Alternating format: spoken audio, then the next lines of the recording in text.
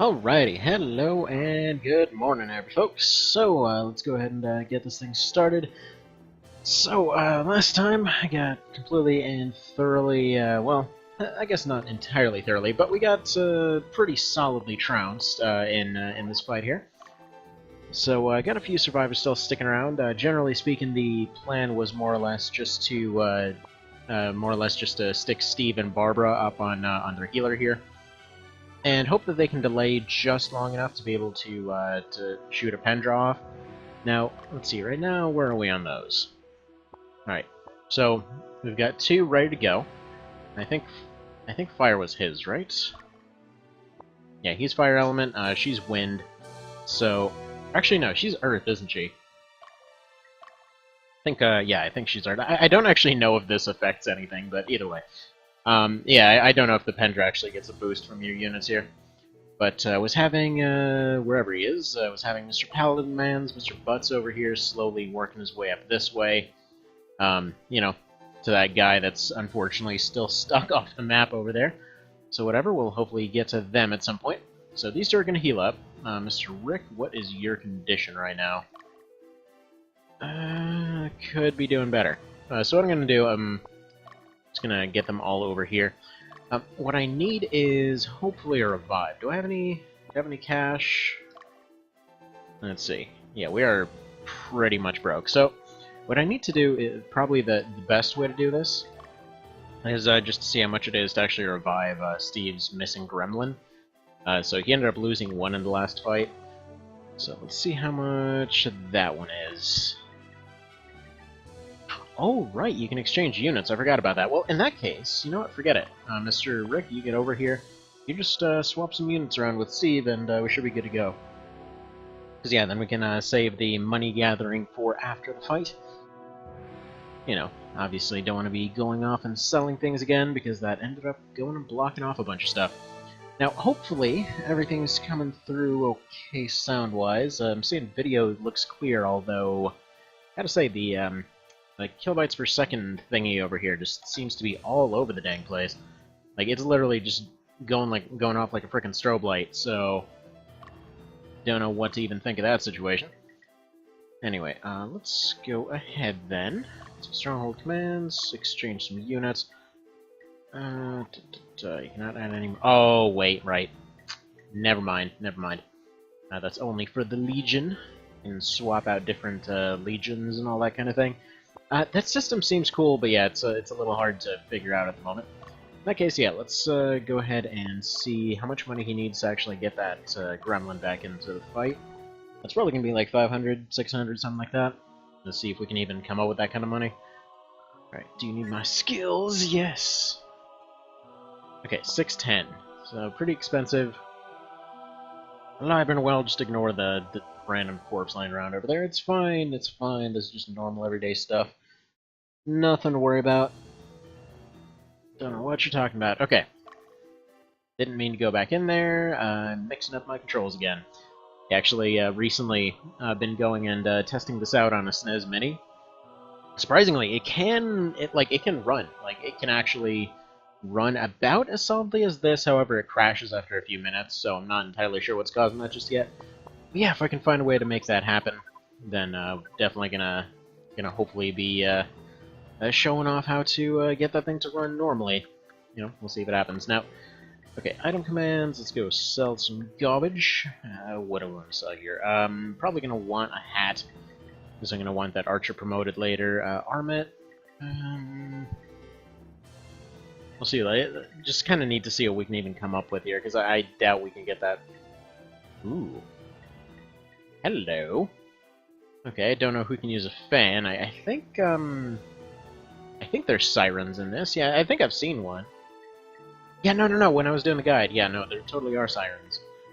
So okay, don't want to sell that. That, I have been told, is apparently not part of the dragon set, so I'm a lot less attached to that now.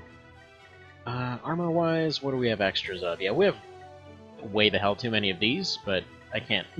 I don't know what'll happen if I get rid of them. I still find it funny that we're getting endgame armors right at what I assume to be the middle of the game. I don't think it would be that short. Let's see, Angel Brooch. You know, I'm if anybody's here that could tell me if, looking at this, what I assume it is an accessory that you give to somebody that makes them more likely to turn into an angel. If that's what that is, then I'm just gonna sell it because I have no use for it.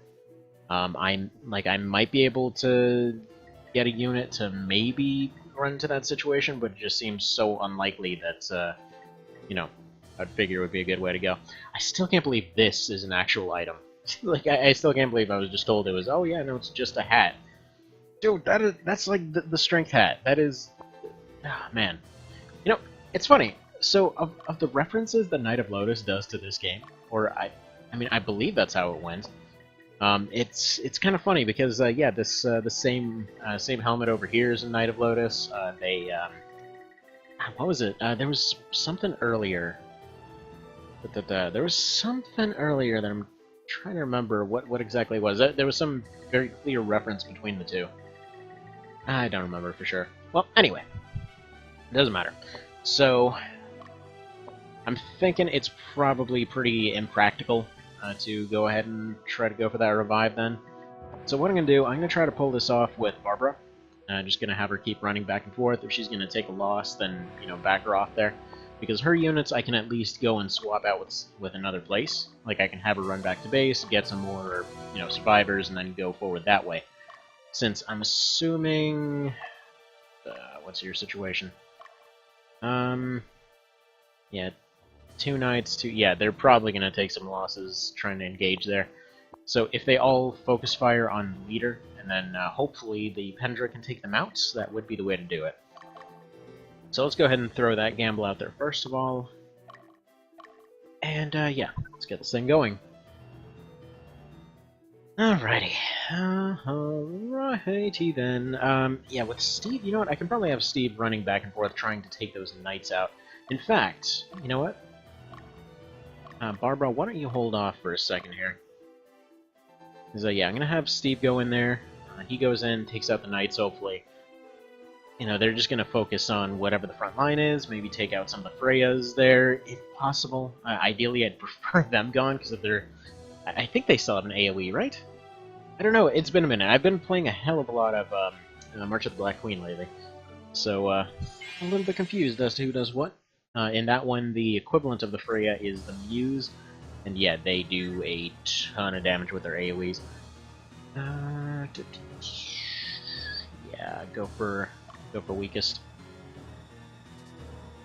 So they're gonna keep missing. Good. So they've got some stuff.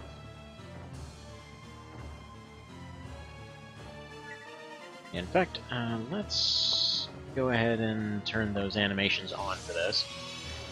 Just because I don't want to miss the bubble for activating the Pendra. Go. Still okay. Yeah, you have your crazy long animation. Get burninated! Alright, come on. Do some stuff. Oh, and it's perfectly firing on those two. Okay, good. Not what I want. Come on, finish off the... finish off the Freya. Why couldn't you finish off Freya? Dang it. No, it's alright. It's alright. They at least distracted healing. Like, overall, they took almost no damage out of this fight, so that's perfectly workable. Yeah, this is possible. This is definitely possible. Okay, now let's go ahead and get them all going back in there. I have to say, by the way, I absolutely love this theme. Like, I didn't realize it last time, but it's such a good battle theme. It's really, really good. Especially against living ears. I don't know why I have every bit of RE1 stuck in my head recently. But oh well. Yeah, let me know if the kilobytes per second end up being a bit of a weird thing, because we're getting drop frames all over the place, apparently. Though it's not coming through on the video, that's what I don't get. Alright, let's reserve the right to run away from this. Why are you not buffing Steve exactly? Okay, she's gonna get healed up. We've got the option to run, but we shouldn't take it just yet.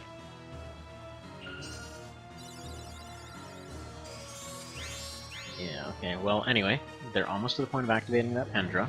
Come on, dodge. Good. Now, if we can activate it and have it target on the left, that'd be ideal. Okay, she's weak. She's attacking, and we've got Pendra. Do this thing.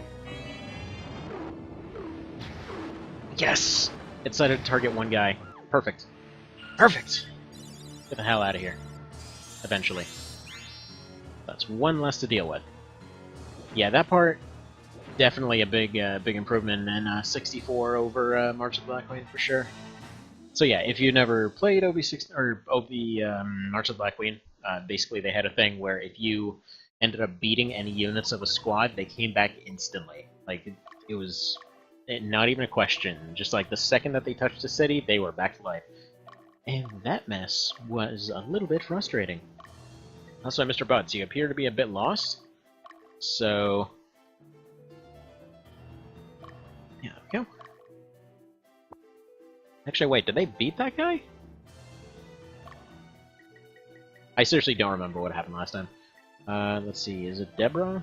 Is that you? Yeah, no, I guess I beat that guy. In that case, yeah, everyone just pile on over here, I guess. Alright, but we are going to need your Butley actions up here. Go ahead and take a little bit of a camp. By the way, if anybody's looking at this, would you be able to tell me, like, whether or not it's, like whether or not the days are actually counting against us here? Because I legitimately don't know. Like, whether we're actually getting penalized for having battles take so long. I don't think there's much that can be done to avoid it, but, you know, still. Oh, and yeah, somebody was asking me about this earlier. They were asking if we actually had encountered any walls, like actual walls in attack leader. Yeah, they attack them from the side. This should be interesting. But I mean walls in terms of like built-up walls. Like you need some termites to get rid of this kind of walls. Yeah, I don't know if there actually are any in this game. I don't think there are. Come on, put her to sleep, please. Sleep! Sleep! Aw. Boo. Heal plus, whatever. Whatever. Right. Yeah, that does next to nothing. So yeah, I'm not really worried about that AoE anymore. It seems like at this point the two A teams are able to pretty much just tank it, no problem. Right, and yeah, the Wind Pendra isn't quite ready to go, but yeah, we do at least know that both these squads are capable of doing that. So, given enough time and effort, we probably can just plink these guys away. We may not even need to use the Pendra. Alright, so fight's done. Good enough. I'm not super excited about the idea about giving them one more fight there. They should, at most, take maybe 60 from that knight, if both of them decide to target that ferry on the left, so I think we should be alright for another attack. Actually, wait, Steve, what condition are you in? I thought I sent you back to town.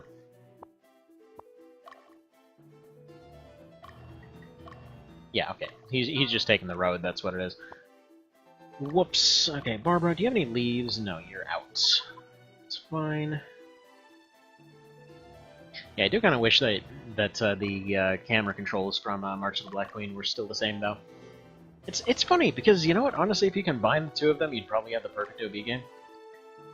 Which, yeah, very well might have been the third entry into the series. So if you hadn't heard, there was an interview that came out last May.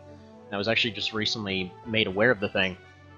But yeah, there was essentially an interview that was saying that there was supposed to be an Ogre Battle 3. There was no working title on it, as far as I can tell. But yeah, ultimately it didn't end up happening. He basically pitched the idea. I'm like, oh yeah, that's nice, why don't you go work for Square now? And so he did. And that was about the end of that story, unfortunately. So, you know, what could have been, what could have been. Okay, we are very close to winning this, so I'm just gonna actually have them back off. Because all they need is one more encounter to be able to just win it. So there we go. I don't think she can... yeah, the agility of this team should be enough to completely... oh, wait, right. They've got healing. Of course they've got healing. Why wouldn't they have healing? Man, I always forget that they do this. Always. Every single dang time, I always forget that they can just heal their leader. How many healing items do they have, out of curiosity? Okay, they've got one stem item, one health item, as far as I can tell. I think yellow is stamina. I could be wrong in that. If anybody knows, please do let me know. But yeah, as far as I'm aware, that's what that means. Alright, come on, dodge. Thank you. Alright, what you gonna do? What you gonna do? I wish one of you would end up going and, throwing out a little bit of a buff towards your leader, but okay. Whatever. Come on, go to sleep. Go to sleep. I don't think she can go to sleep. That'd be way too good if she could go to sleep.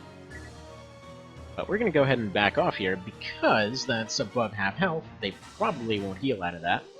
So if we just back off and charge in again, we should be able to peck away at them, and maybe, just maybe, get just enough attacks to be able to pull it off.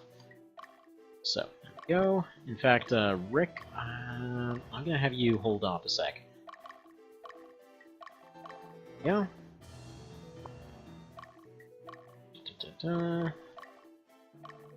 Alright, good. There we are. You guys just stand by. Steve's gonna go ahead and heal. Can't believe that once again we've had a battle drag on for an entire month. I wonder how long some of the fights took in March of the Black Queen. Like in the last part of this, I wonder how long they took. I'm sure some of them must have taken about that long. It really felt like it. Okay, fine. That's fair. Okay, you're going to go ahead and buff them up too. So we should have some pretty strong Abyss coming out of him right now. So yeah, if you didn't know the way that it works, the buff ability doesn't really do a direct buff. It just basically... Okay, she's going to heal 80. I really should have just retreated there. No, she's going to heal 72. So we've got 2 more attacks on her. I'm just hoping that the second one maybe puts her to sleep. Yeah, okay, let's retreat. Good enough. And yeah, if I swap around those 2 frontline fairies, we should be okay to maybe go in and finish them off if they don't heal up here. Yeah, they didn't decide to heal. Let's go ahead and change your formation around a little bit. And let's swap them 2 suckers out, and we are good to go. That should be checkmate right there. Yeah, sorry this fight took so friggin' long last time. It's just, yeah, this is definitely one of those ones that I see why people were saying, like, there's gonna be problems. Oh, crap, we are getting dropped frames. Oh, boy. That's not good. That's not good at all. Okay, crap, let me see what I can do about that. Alright, let's see if...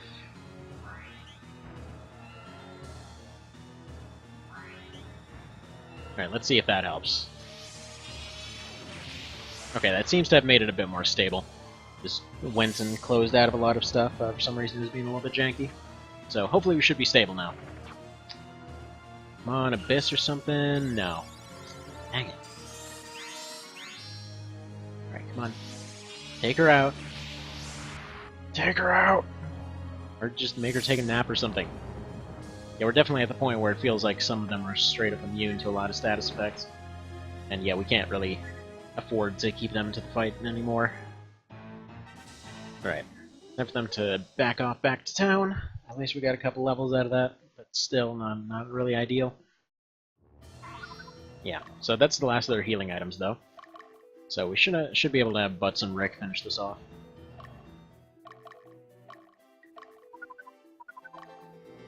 Now, what's even your condition at this point?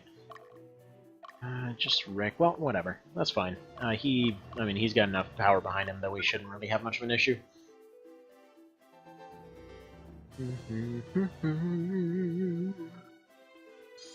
Now, one thing I really would have liked to see is if you would have actually had to have somebody become a zombie in order to have them become a lich.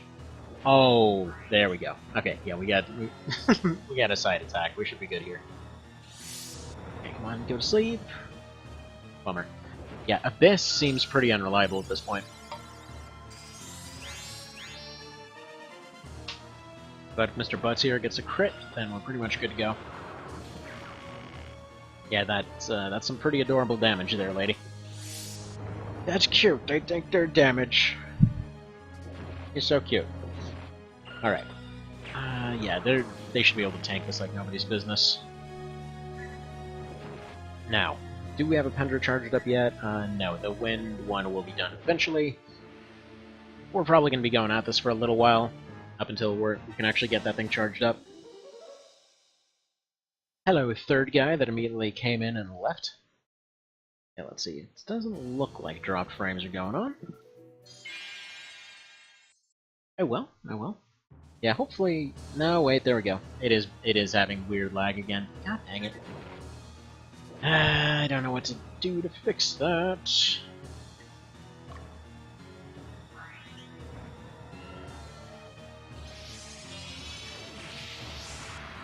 I'm pretty sure it's just from my internet getting throttled down right now. Alright, what about... if we go get rid of a bunch of this stuff? Ooh, there we go, they did it! Thank you, Rick. Good job, Mr. Man. Too bad this is the end of your revolution. They sent dudes. Okay. I still have no idea why we attack you, but okay. I guess that's fine.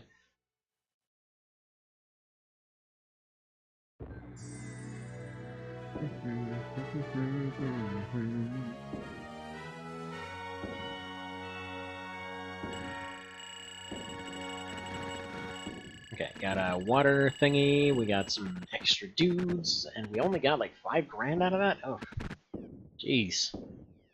Okay. That's really disappointing. Alright, what about you guys? What are you doing?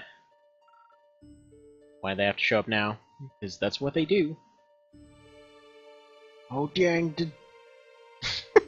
So it was weirding me out the other day, but if you think about it, the Ogre Battle games kind of did a lot of the same stuff that Mass Effect did way before them. I just want to point out, like, it's kind of funny as far as that goes. But yeah, they're like, oh yeah, we have this big, friggin' omniscient, utterly unstoppable force that just keeps sending agents everywhere, and then as soon as they show up, everything dies. Like, that's kind of what they do. Alright, what are we gonna do? We can't just, well, we're probably gonna have to roll over, because it's Lotus. It's like, dude, remain calm. I've got time travel powers. Like, we basically knew we're all screwed, and everyone just turns to him like, wait a minute, what? What? Hi there, Mr. Dude Guy. Are you gonna tell us the bridges are amazing and that we should try to win in order to win? Prime objective must be to eliminate us. Let's see, they will block the church, cutting off reinforcements. Okay, so that wasn't the same church. They could elect them as their prime... Yeah. Because they kind of know these things. That's why. Yeah, it's called Defeat in Detail. Okay, so they're gonna go friggin' curb stomp them. By the way, a couple folks that are here, can you please tell me if there's any audio jank? I would really greatly appreciate it. So you haven't received any reports, but the matter only worse. Well, sounds pretty obvious. Go reinforce the church. Oh yeah. There we go. So Magnus's whole thing is apparently just like, oh yeah, no, we gotta go defend everybody with our tiny little rebel group. We're gonna go save everyone. Whoa, hello.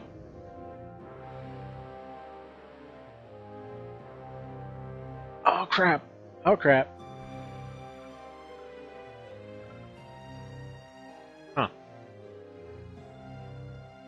Well then.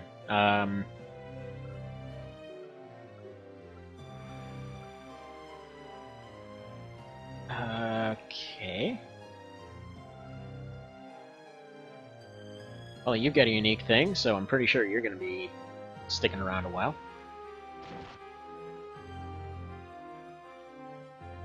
The hell?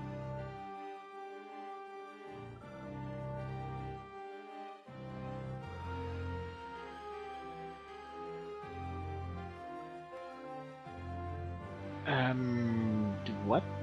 What?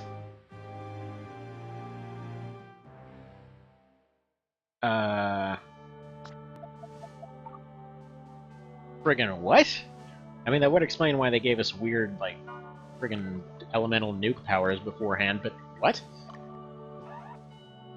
Alright, so now we need to go and get everybody revived. See, no audio issues, screen skips once in a while, but nothing serious.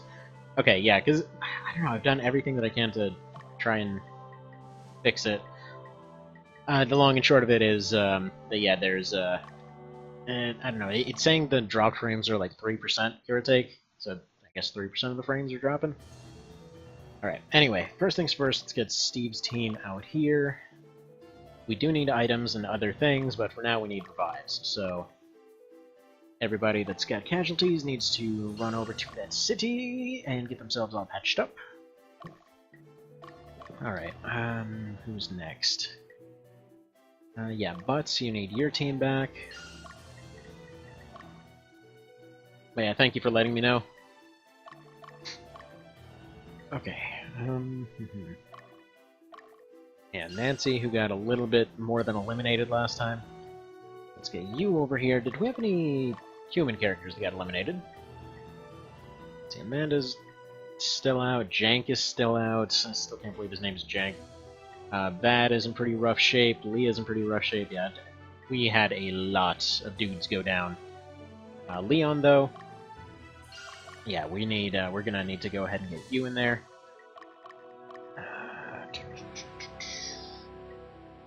Okay, Katrina, yeah. I'm pretty sure you're gonna be one of the ones we really don't need to be reviving, but whatever. Just gonna, basically whoever gets there first gets their revives in. Jank, I will need his squad up because I want to have at least some okay flyers for a little bit. Just because we need at least, I would figure we probably want at least a couple flying squads. Vad, let's get you in there. Yeah, it's kind of nuts when basically almost every squad that I have has casualties. And I think that might even be the limit for how many I can even throw out at the moment. And there we go. Amanda's the last one, but she's gonna stay over here. I'm pretty sure that we're not gonna be using her. Also, somebody explained the whole Legion mechanic for me last time. So yeah, as far as adding the different squads, it's apparently based off how many little grunt squads you have in the leader. So like if you give them 4 grunt squads, then they'll be able to have 4 legions under their command, and then you'll be able to move as a wall more or less, and then each of those side units are able to get an extra attack off with all those little grunts. Now, on paper, that seems pretty worthless, but I'm thinking if I make one big group with the entire A-team, then actually, let's say, it all depends on whether or not I can stick Steve into another character's Legion.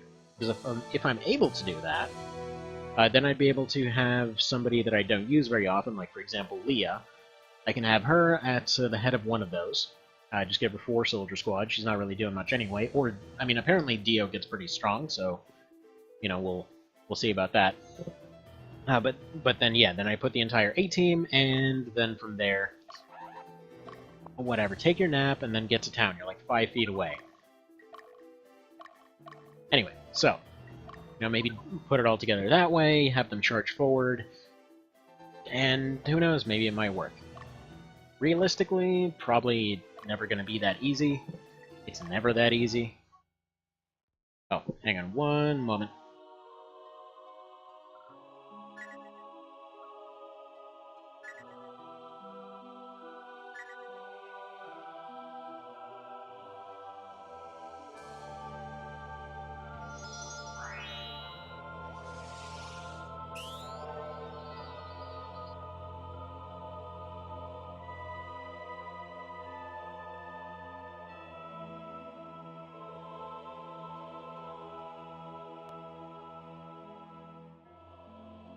Alright, and I'm back.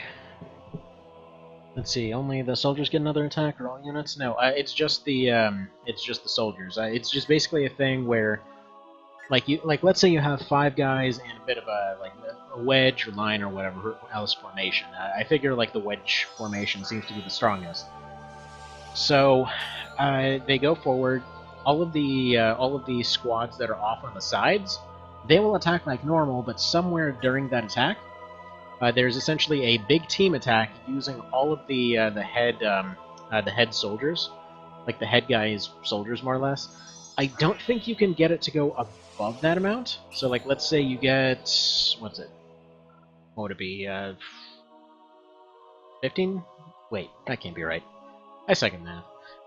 12 guys. So you have 12 guys that 12 random grunts that show up to attack during their turn. So it's like a little bit of a, they call it a support attack. I'm not sure about this, but I think you can actually get more than that. As in getting more units in there, because it looked like they had maybe a bit more than that during one of the times where they attacked me, but I'm not 100% certain on that. So basically, everyone gets that support ability. It kind of sucks, to be completely honest. Like, we're talking about a case where they're maybe going to do just like 10 damage to everything in the team. Like, the deal is, it's a free AoE. So if the squad's already squishy and they need to have some stuff reduced on them, they might do something. Now, the way that I'm seeing this, the whole reason I think it could potentially be useful, is simply because some of the characters that I use they don't really have that issue where they actually need their fairies to help them. So if I put together that kind of thing, again with, like, let's say Leah or whatever in the back, the units do not seem to scale off their leader. So, for example, if we run into a situation like the last fight where, maybe 5-10 damage on every encounter, just extra damage on absolutely everybody, they can't, like, over time it's going to chip away. So, like, it's probably not super useful, but it's something I want to try at some point. So, we'll see. We'll see. Alright, Rick and Butts, they're the priority. Everybody else, if they can get revives, they will. Yeah, it's pretty weak. Like, honestly, the very first time that we encountered it, the enemy teams were using them, and they did, like, 1 damage to everybody.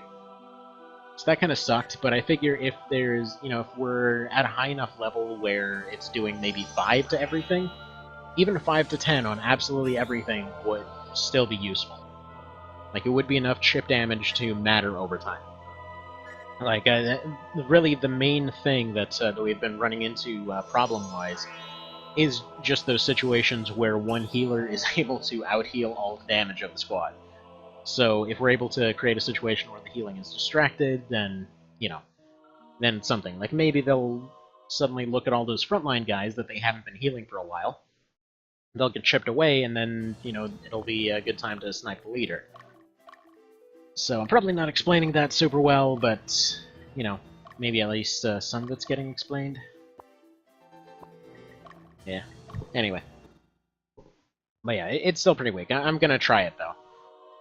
Specifically with Leah. Do you need my skills? Yes. We would like to get these back, please. And then we'll see if anybody else is back. There's a pretty good chance I'm gonna be retiring that, by the way. So far, he's just gotten completely trounced every time he's gone out.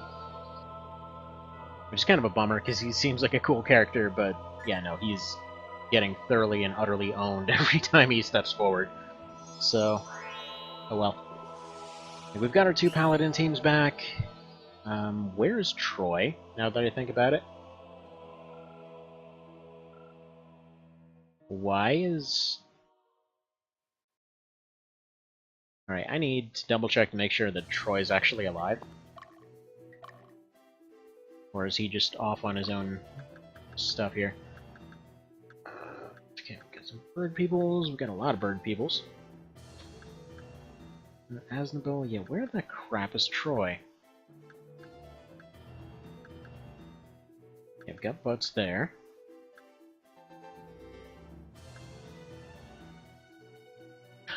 Oh, right. Okay, that's what it is. I see. He's alive, I just had him attached to a bird squad because I was reviving everybody last time. That's what it was. Okay, Leon. Let's go ahead. Have you enter that town. Get that 1 random gremlin back to life, and then we're gonna have to get going, because that's all the money that we have. See, the heal wall in this game gets pretty tough, so the AoE effect might help. Yeah, that's what I'm thinking. Because we have almost no AoE damage to speak of. If I can make Rick into a Lich, which I apparently have everything but the Ring of the Dead for, according to what people have told me, because I know I need the Bloody Garb or whatever it's called. I know I need the Karikian or whatever the hell the staff is, and I think it's just the Ring of the Dead. So he's almost definitely evil at this point, I think. Actually, no, he's been weirdly good this time because of the way the alignment ends up neutralizing itself out. Let's see. Yeah, no, he's all lawful. He's lawful good right now. He's a good guy. We're gonna have to make him a little bit more evil. So, where's my quick commands? Whatever. We need to probably exit the map first. So let's get the hell out of here. It's a real shame that we don't have more money to blow on training or anything like that. But we're gonna have to make do. Definitely gonna have to make do. So first of all, it's time to completely reassess these squads here. So we're gonna be doing fewer units. Yeah, fewer units doing more, hopefully. So you're fine. Aisha, you've been doing okay for defending stuff. Amanda, you are disbanded at this point. Nancy is likewise disbanded. Yeah, she's got a single target move that's not really going to do very much. Katrina, maybe. It's a strict maybe on that one. Deborah's been doing alright. Leon is... yeah, he needs to be disbanded. Alright, now let's go ahead and form a unit. With Mr. Troy up in front. Let's give you a few gremlins. To hopefully put everything to sleep. Let's give you a bit of a hype fairy over there, and...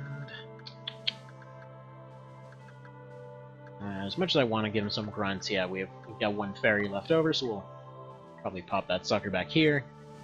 Give you a little bit more potential damage. And okay. So that's, let's see, 8, 10... Looks like we had 11 fairies out of commission at this point. Make that 12, because Vad is, or no, make that 14, because Vad is still completely knocked over here.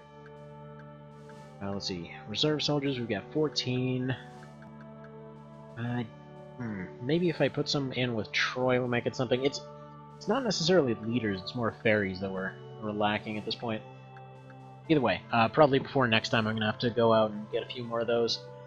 Okay, Leah is also out of commission. Yeah, you know what? We're going to try this experiment with Leah, I think. So, character commands. Let's remove all them fairy corpses. Okay, go ahead and add characters. Yep. There, you there, you there. So that means that she should have 4 legions for her to use now. Okay. So. How do I legions now? First of all, I probably want Dio in there. Actually, you know what? No. Let's remove Dio's dudes. No, I do want him in here. I should probably see how much his training is, now that I think about it, because yeah, he's at 7. He could potentially be really good, so let's go see how much his training is and try to make that happen. That's a bit of a priority. Okay, Dio.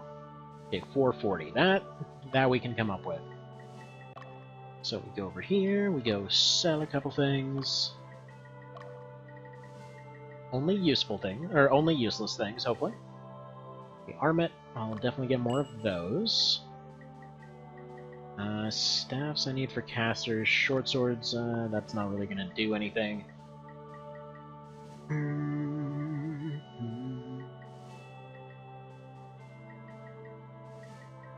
Okay. Oh, let's go sell this now. I know there was one thing in particular I wanted to... Oh, there we go. Dragon Shield. So I'm gonna get rid of one of those. Like, they seem alright. They just seem like fire resistant, but apparently they're not part of the dragon set, so I no longer care about keeping a bunch of them around. those. We have the glitched out fairy clothes as usual. Scale armor, not going to be enough.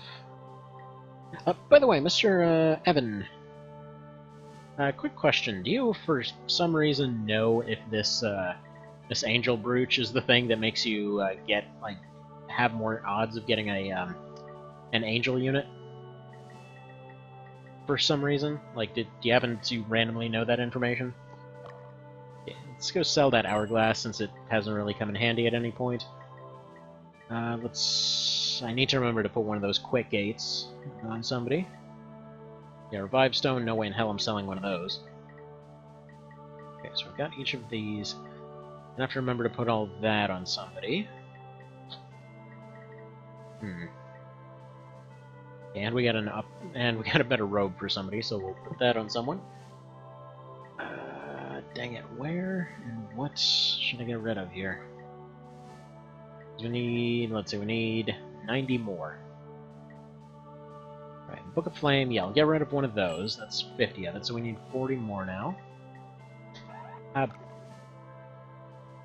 You know what? Let's go ahead and do this. I need all of these guys, all of these little birdmen over here. I need them to be fairies, because that's what I was meaning to do earlier. So let's do this. We're going to go ahead and save state it. Make sure that it's saved. There we go. And now, we're going to go ahead and fiddle around with their stats, turn them into fairies, and give me those axes back.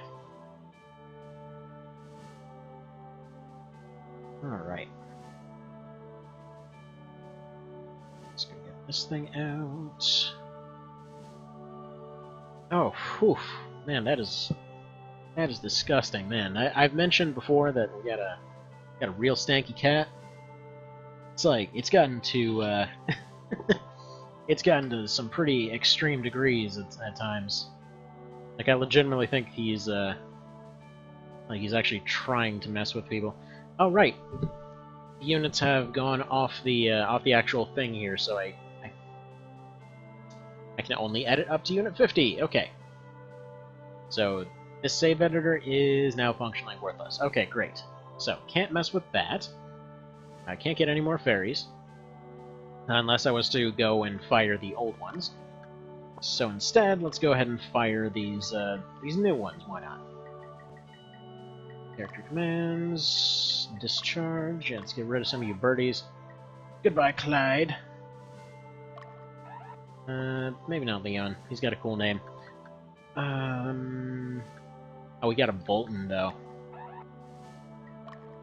Oh yeah, by the way, per request, first off, Bolton, you are going to go ahead and be Canopus. Before I forget. Just a Canopus, since apparently we can't actually make a Bolton, I've been told. But yeah, there we go. So he's a Bolton, and then we need... Where are ya? Jank the Birdman, as hilarious as your name is, you're now Yuria. We will relieve you of your junk to make this make sense later. Just ignore everything and follow Doctor's orders. Okay. Yep. There we are. Now, yeah, that's the guy that I want to have as the second leader. I know it doesn't make sense because he's a water element, but screw it. We'll just go with it, alright? Just go with it. You throw water on the cat? Tried it. Let's see. Although it sounds like if a female unit dies while bearing the odds of becoming an angel knight are better. Yeah, that's what I was thinking that it sounded like it did. Alright, hang on. Let's go ahead and equip that on somebody. Like, I figure... Oh, hang on just a sec.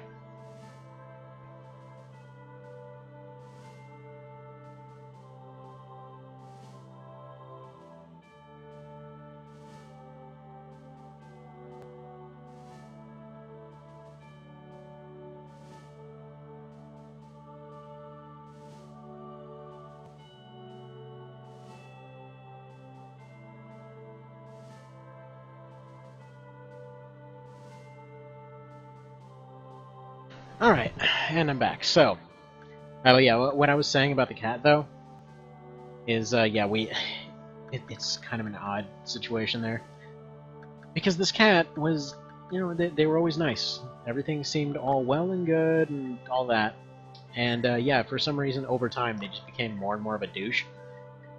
Like to the point where they even got they even like yesterday I wound up just having to chase them around with a water bottle because they basically jumped on my baby while he was playing. I'm like, no, you do not use them as a stepping stool. So that was a little bit of a scare. But anyway, hang on, let's go to sell stuff. But yeah, what I was getting at is, yeah, he will like, I think I've mentioned this story before, but he will literally just like go up and like just run to the litter box. He will refuse to clean up after himself, and then he'll just like, it's like, oh yeah, you know, just enjoy the stank, just sit there and enjoy it. And he'll stand there in the kitchen, just big old grin on his face, just waiting, just like waiting to get the response. He's like, yeah, I made it stink here, I made it stink good. Like, it's just like, what is wrong with you? Why are you like this? And bear in mind, he's a massive suck-up of a cat, too, so it's weird that he does that. Anyway, so let's go ahead and set this to weakest. Maybe he can take these guys on. They've got a 2-unit advantage. I mean, it seemed... Oh, boo. Okay, they've definitely got a level disadvantage, probably a speed disadvantage. Yeah, they've got a chance. Especially with Hype Fairies. If they can get his level up, which they're probably just going to completely miss him over and over, just because that's what they love to do. Got 3 Hype Fairies with a pretty decent chance to hit him. The only other attacker is asleep. They're just there like, no, let's have a makeout party while Dio does all the work. Fair enough. Alright. That ghost is getting a bit annoying, not gonna lie, but whatever. Actually, it would be kind of cool if when they died, gremlins turned into ghosts. But I know that's not how it works, so whatever. Whatever. Yeah, that's nice 4 there. Everyone's just staring at Dio like, what the hell are you doing? Why are you running back if you're just gonna attack twice in a row? Like, you probably could have gotten 4 attacks off in that time, but you're running around like a friggin' jackhole. There we go, Skeletor goes bye-bye. Man, there's so much less threatening in this game. I'm pretty sure that they must have taken some feedback, like, as far as what people thought of the Black Queen. Because, like, yeah, how many times do you run into situations where it's like, you're just completely screwed because you have no way to deal with zombies? I know I ran into plenty of those. And then, all the fairy units ended up getting magic missile, and then they were never an issue again. Actually, it was almost comical how much they were a non-issue from probably about 3/4 of the game onward. It's like you'd still would have all these upgraded ghosts and skeletons and stuff coming up, and they would just get swatted aside like a dang fly. Let's see, are all these pre-recorded or just hosting? Nope. I'm doing this live. It's live. All of the horrible commentary has to be live, of course. But what do you mean hosting somebody else, out of curiosity? Like, I don't think I've ever hosted anybody on my thingy. Just because there's usually not enough people here to really even offer it as a service to somebody else. There we go, we got levels! Yes! Okay, I think I can probably go fire the rest of the bird people, sell their equipment, and get them another level out of that. I think it's very possible. Let's go ahead and make that happen. We are going to go fire everybody for profit! Okay, and where are they? Discharge, there we go. I figured out my buttons! So, Mr. Wu, get the hell out of here.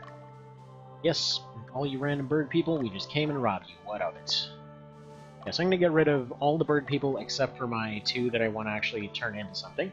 Mario here, I can't turn... Maybe I might be able to use him as a leader later. We'll leave him. Actually, you know what? I'm perfectly good on leaders. Mario, get the hell out of here. We've got Destro, the Destroyer. He's gone too. And we got Canopus, we got Leon, as cool as your name is, I want that money from your axe, so you get out of here. And yeah, we can actually go and make some monies now. Alright, first things first. Axes. How much do we get off that? 375. It's something. How many hard leathers do we got? More than some. Get rid of basically all of them. Probably should have left one, but, you know, we're gonna ignore the obvious. Right, just saw some Tactics Ogre a while ago, didn't seem live yet. Wait, really? Why would somebody bother pre-recording a stream? Isn't that the entire point? Do people do that? Is that a thing you can do? Alright, let's get rid of some more of these armets. There we go. We can get some training in. Yeah, exit the screen. I've been told that Dio is really good after you train him up, so conveniently I've been just ignoring him this entire time, so we'll see if that happens. Out of curiosity, which Tactics Ogre? You were just getting bored. Alright, so if Hype Fairies manage to give him his necessary buffs, then we should be seeing a victory here, otherwise he is screwed. Alright, come on, Hype Fairies. Right, first off, please put somebody tanky to sleep. Let's go for attack strongest in this case. Because I need to have that Mr. Hoplite out of the way. See, people do re-recording for premieres, usually tutorials so they can chat with people live. Gotcha. Look like the PSP version from Chariot? Yeah. True. Oh! Well, awesome! I'm glad to see some of those posts brought some folks over. Yeah, it's actually funny, because yeah, this and FFT, I don't know if how long, you know, how much you know about the background of all of it. They were supposed to be part of the same series at one point, and then it was just like one of those cases where everything went from, well, how did it even go exactly in order? It's like they had March of the Black Queen, then they didn't believe in the product, so then they made Tactics Ogre, and it did pretty darn well. People loved it. And they're like, okay, you know, Square wants you, and then, you know, he gets sent off to work for Square, and they're like, hey, we like Tactics Ogre, go make that for us. And so, he did. And ultimately we got FFT and all of its spin-offs. Wound up having a series going in like 3 separate directions, and for some reason this is the format that they never revisited, for whatever reason. Hello there, Mr. Pan. How is your day going? Yeah, currently we are doing a thing called Dio gets repeatedly shanked while pretending that he has damage right now. Kind of really underleveled at the moment. Come on, somebody friggin' Hype Fairies, come on. There we go. Like, he's healing 3 at a time, but that's the thing. Every time that he's getting one of these buffs, he's getting an extra level out of it. So you can see, just from those couple of things, taking drastically less damage, and he's doing double damage. See, too early into work being a drop? 2 weeks? Well, dang. Hopefully everything's getting all calm over there pretty soon then. Alright, good. Keep buffing him. Keep buffing him! Yeah, a few more of these and he'll basically be invincible. That's why those 3 fairies are there, by the way. That it just turns him into a frickin' god. See, wait, new FFT? Oh yeah, they, what was it? Are we talking about the one where they're weirdly afraid of using the title? Like, where it doesn't have tactics in the name, but it's, now what the hell is it called? It looks like a mobile game. That one? Because I know there was one that, it really looked like they were thinking about making a mobile game or something. Which I hope is another, you know, FFT there. I didn't hear anything about whether or not Matsuno is part of it. But either way. Yeah, probably a mobile game. Like, okay, weird thing. Like, this particular format, like the Ogre Battle games, if they're going to revisit anything to make it a mobile game, why not this? Like, so much of this series is like, you give a crapload of commands and they go out and do them. And then you just kind of react and, you know, you kind of adjust stuff accordingly. So, why? You know, like, why is this the one that they decided to abandon? Is the part I'm always going to wonder. See, Soul Nomad did this? Yeah, kind of. Still need to look more into that. It seemed like it did it, but it also kind of didn't quite have the same feeling to it. At least, so I felt, anyway. Now, let's go get another Dio training in, and then, yeah, that's all the money we've got. This would basically burned everything, just getting the important characters back to life.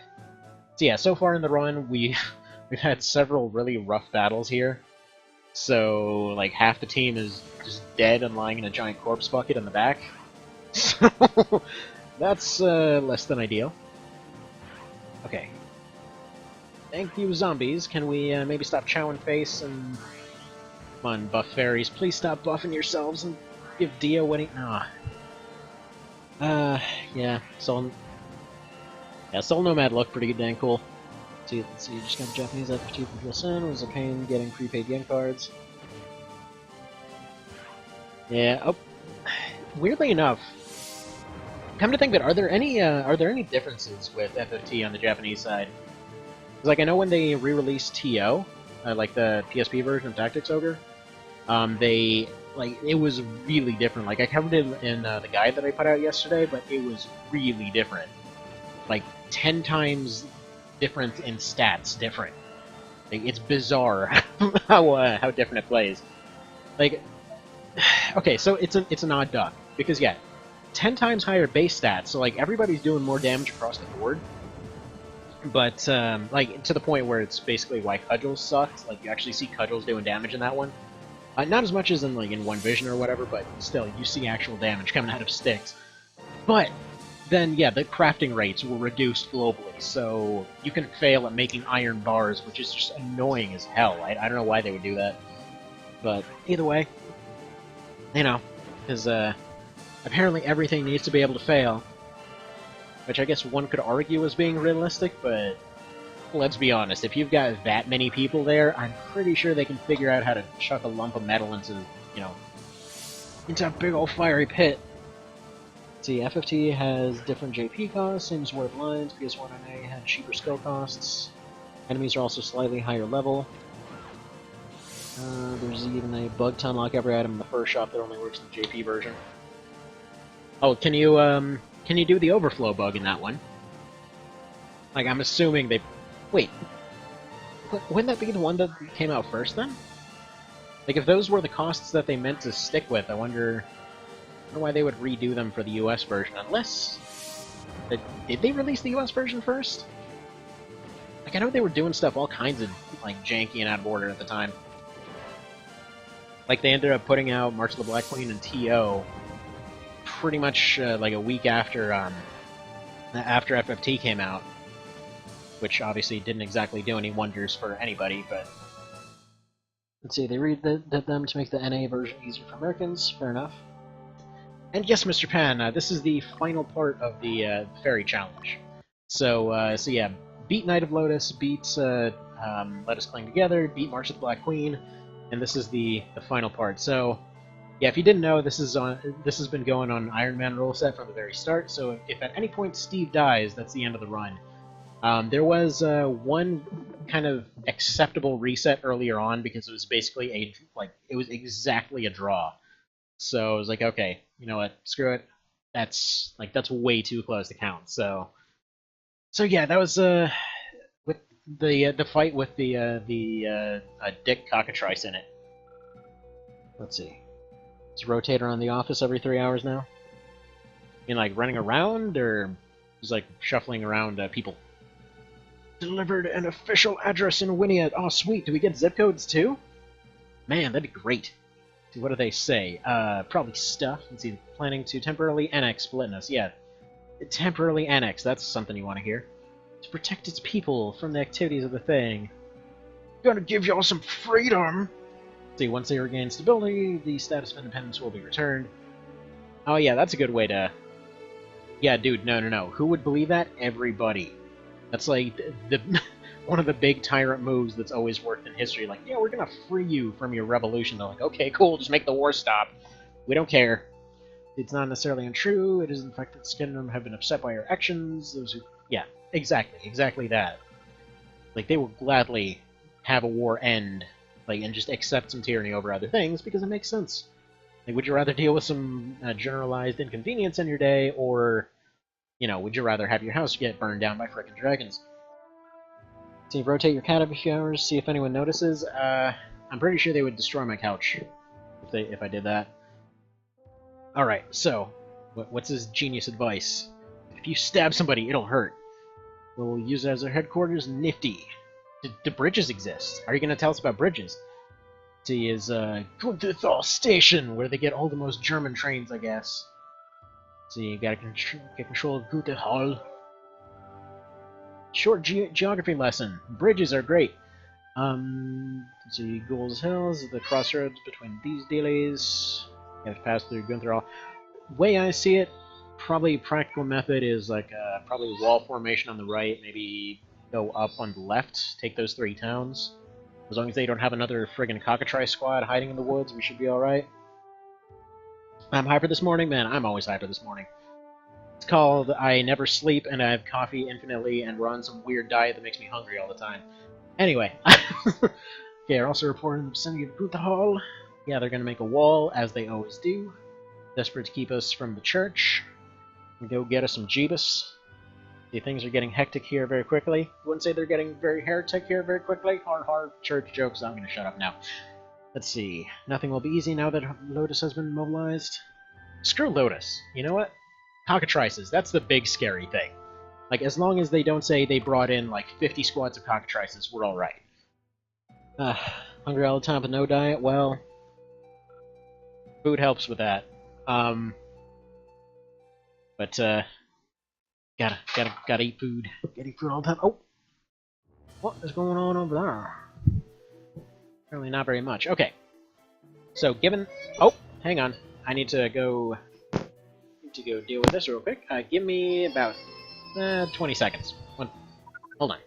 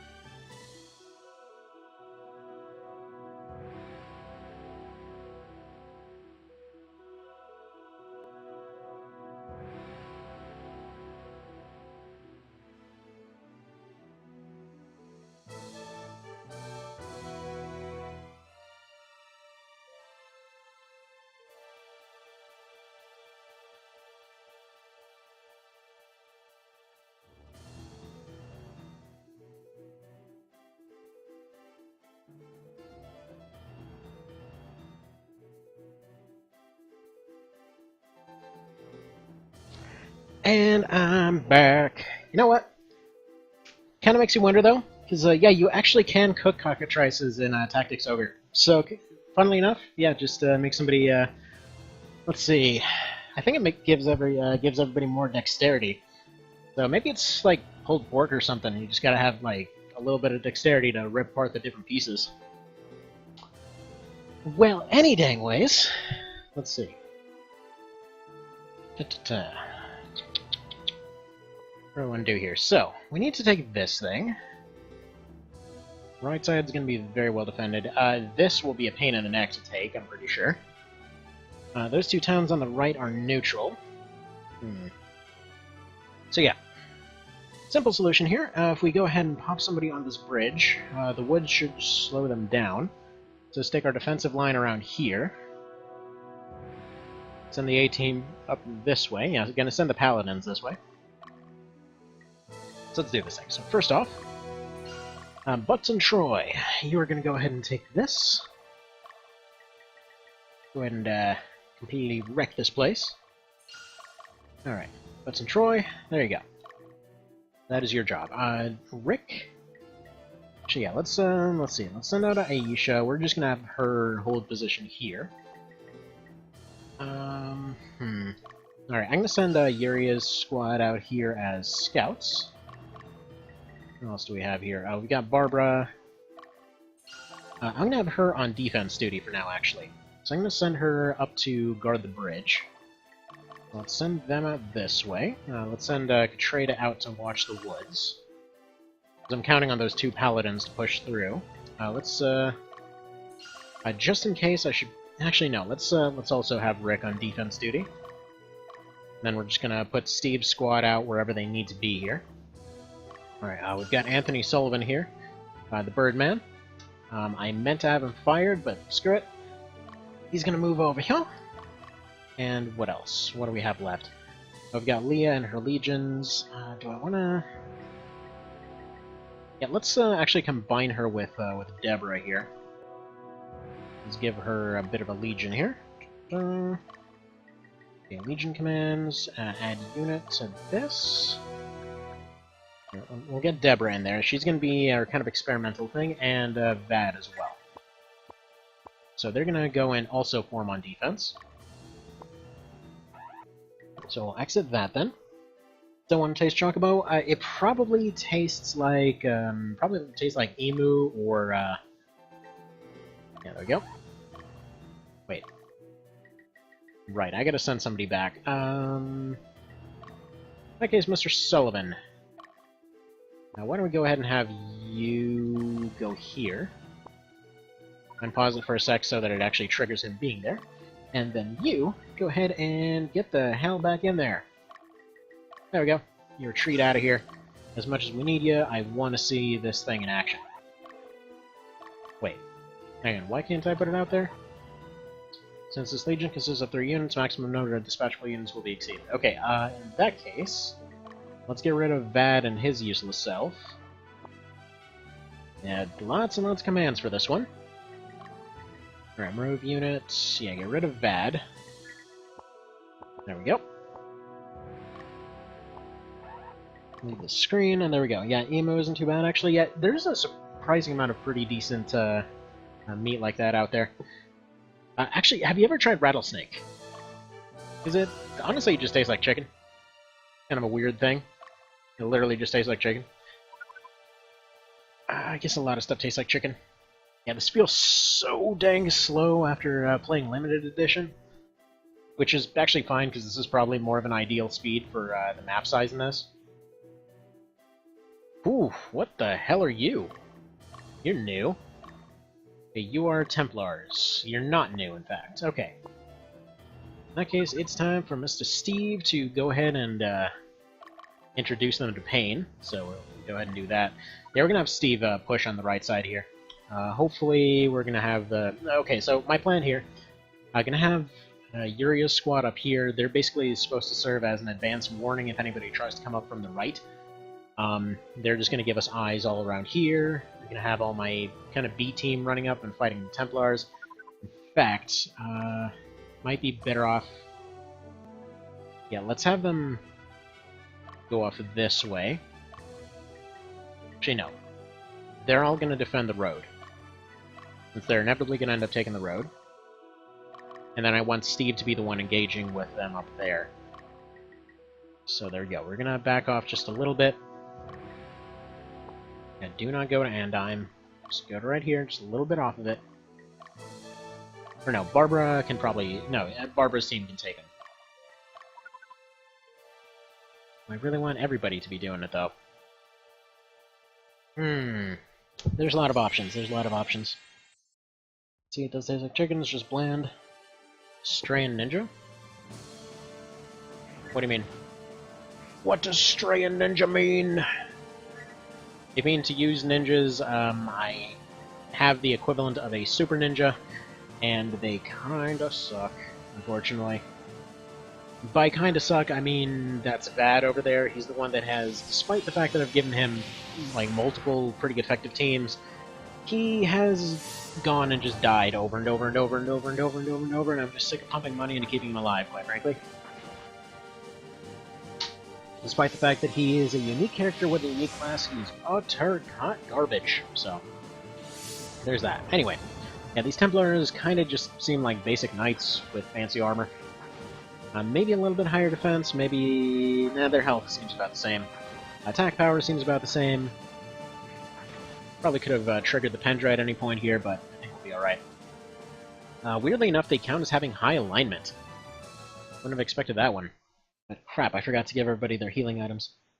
See, local pub is emo sometimes? No crap, do you live in Australia or something? Like, do they just... I'm assuming they still feel bad about that one incident that I probably won't remind everybody about.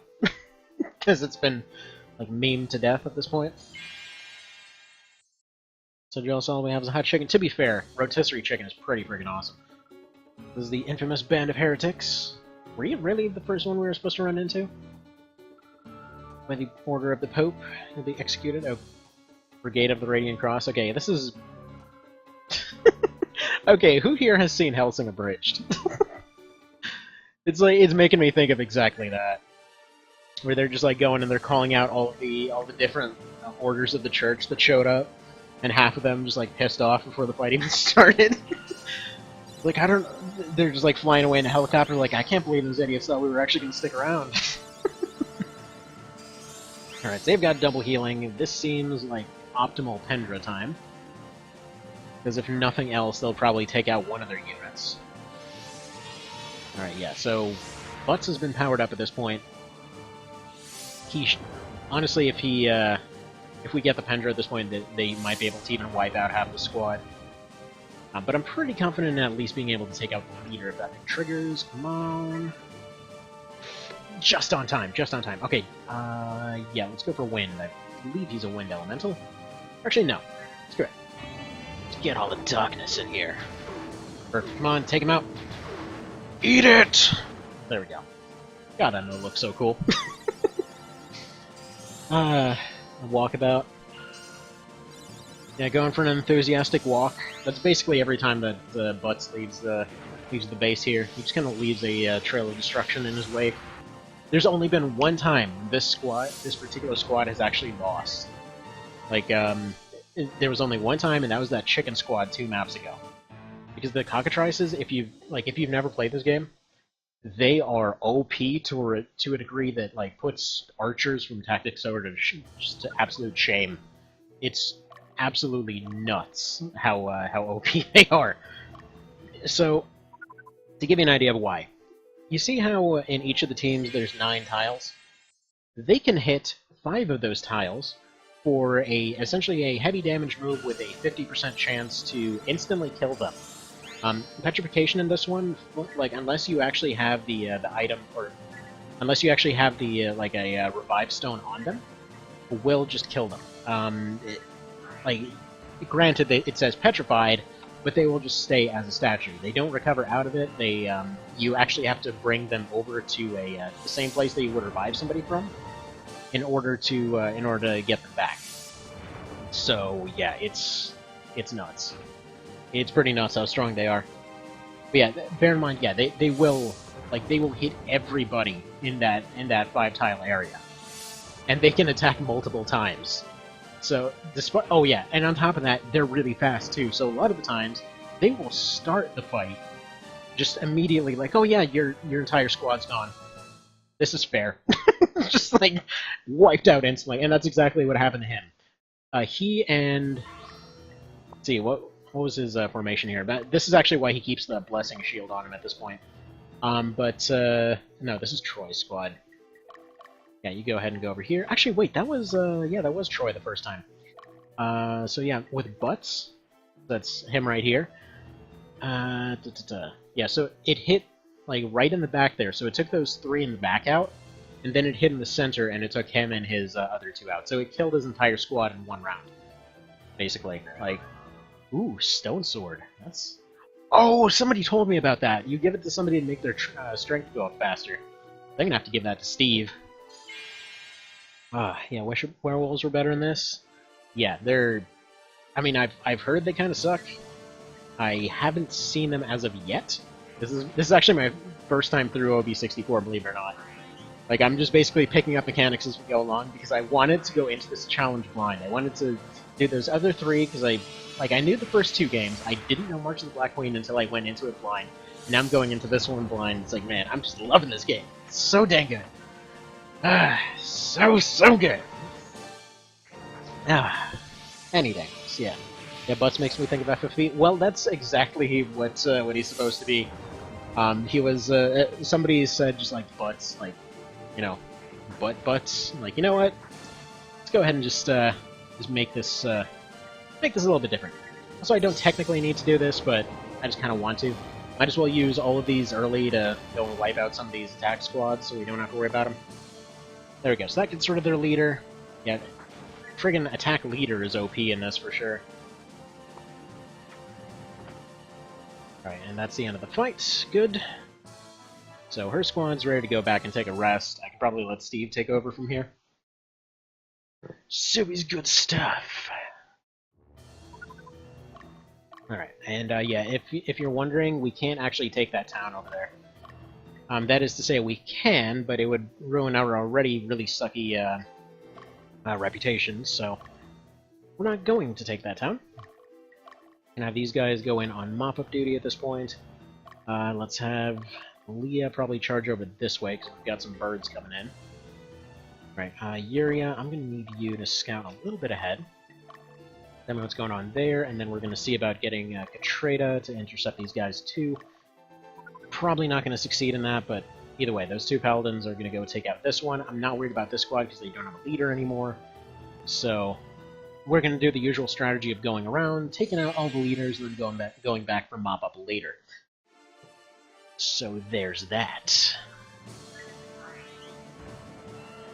Also, something about the fact that he uses Raid's sword here always just kind of gives me a little bit of a chuckle. Like, they're like, hey, so we heard that, you know, we heard that you really hate this guy. Well, you can go ahead and just, like, go and take your sword. Just use it forever from there on out. Oof. Yeah, that's a bit of a hit. We're gonna need Pendra here, too, I think. Yeah, so far, Pendra seems really abusable, but I really love the mechanics in there. Especially the fact that we managed to get 3 of them so far by utter fluke. So, whatever, I'll take it. Come on, almost. Ah, it's just not enough time. That's fine. That's fine. He scared him off.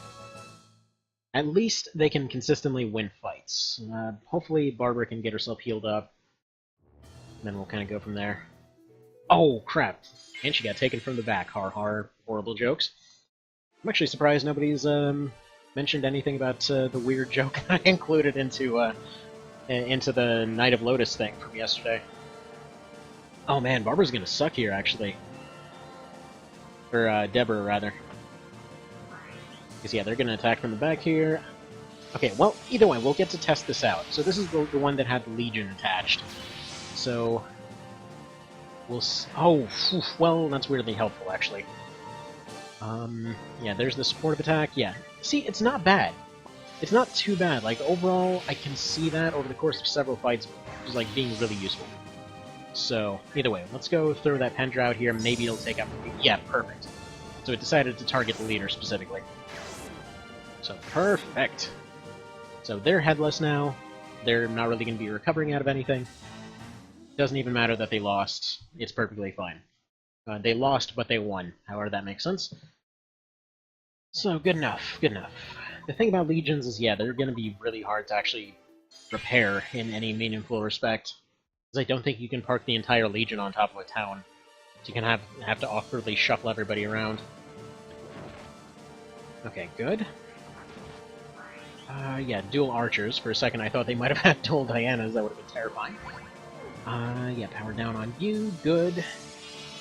Now if we can just get a buff up on Steve, then we should be... Yeah, and actually, no, he should be able just to finish this off even without that. Apparently this guy is bringing in a falchion to the fight. He's got a sweet falchion, or a messer, or something. It looks like one of them. Okay. Yeah, the squad's toast. And I'm just looking at the Pendras to see how we're doing on charging them. Namely, it's going to take like another couple days, I think. So that's fine. They did their job. They helped push everything forward. Should be no problem. And I think we saved that neutral town, so... Neutral towns are there, basically, they don't want to help, but they don't want to be invaded either, so... Alright. So we're gonna have to have Steve coming in to take care of these birds, because, wow, they're pulling out all the stops this time. Holy crap. Alright, Leah... You go this way. These guys' leader is dead, right?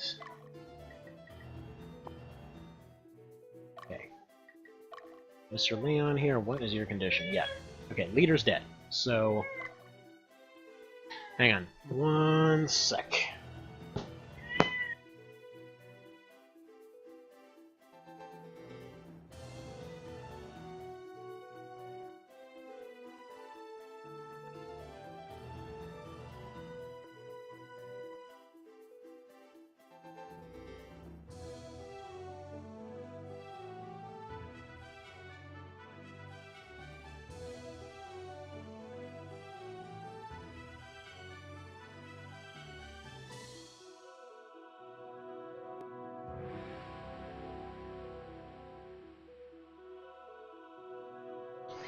Hello again.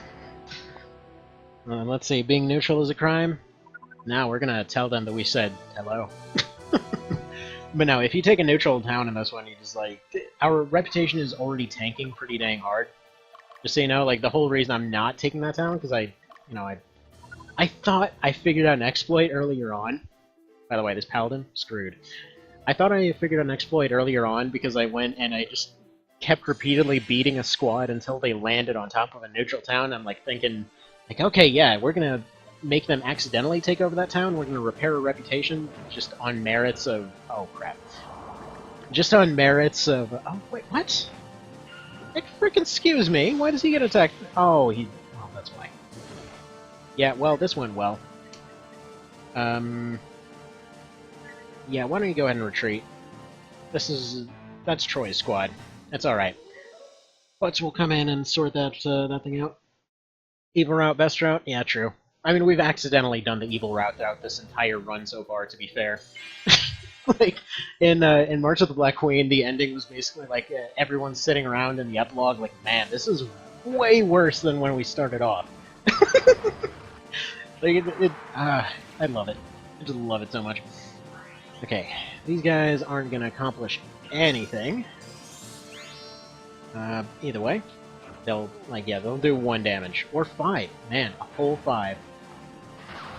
What luxury. Why do I use this team again? Oh yeah, no, this is the one that's meant for Pendras, right, but I don't have any available, so... dang. Yeah, evil ending, yeah.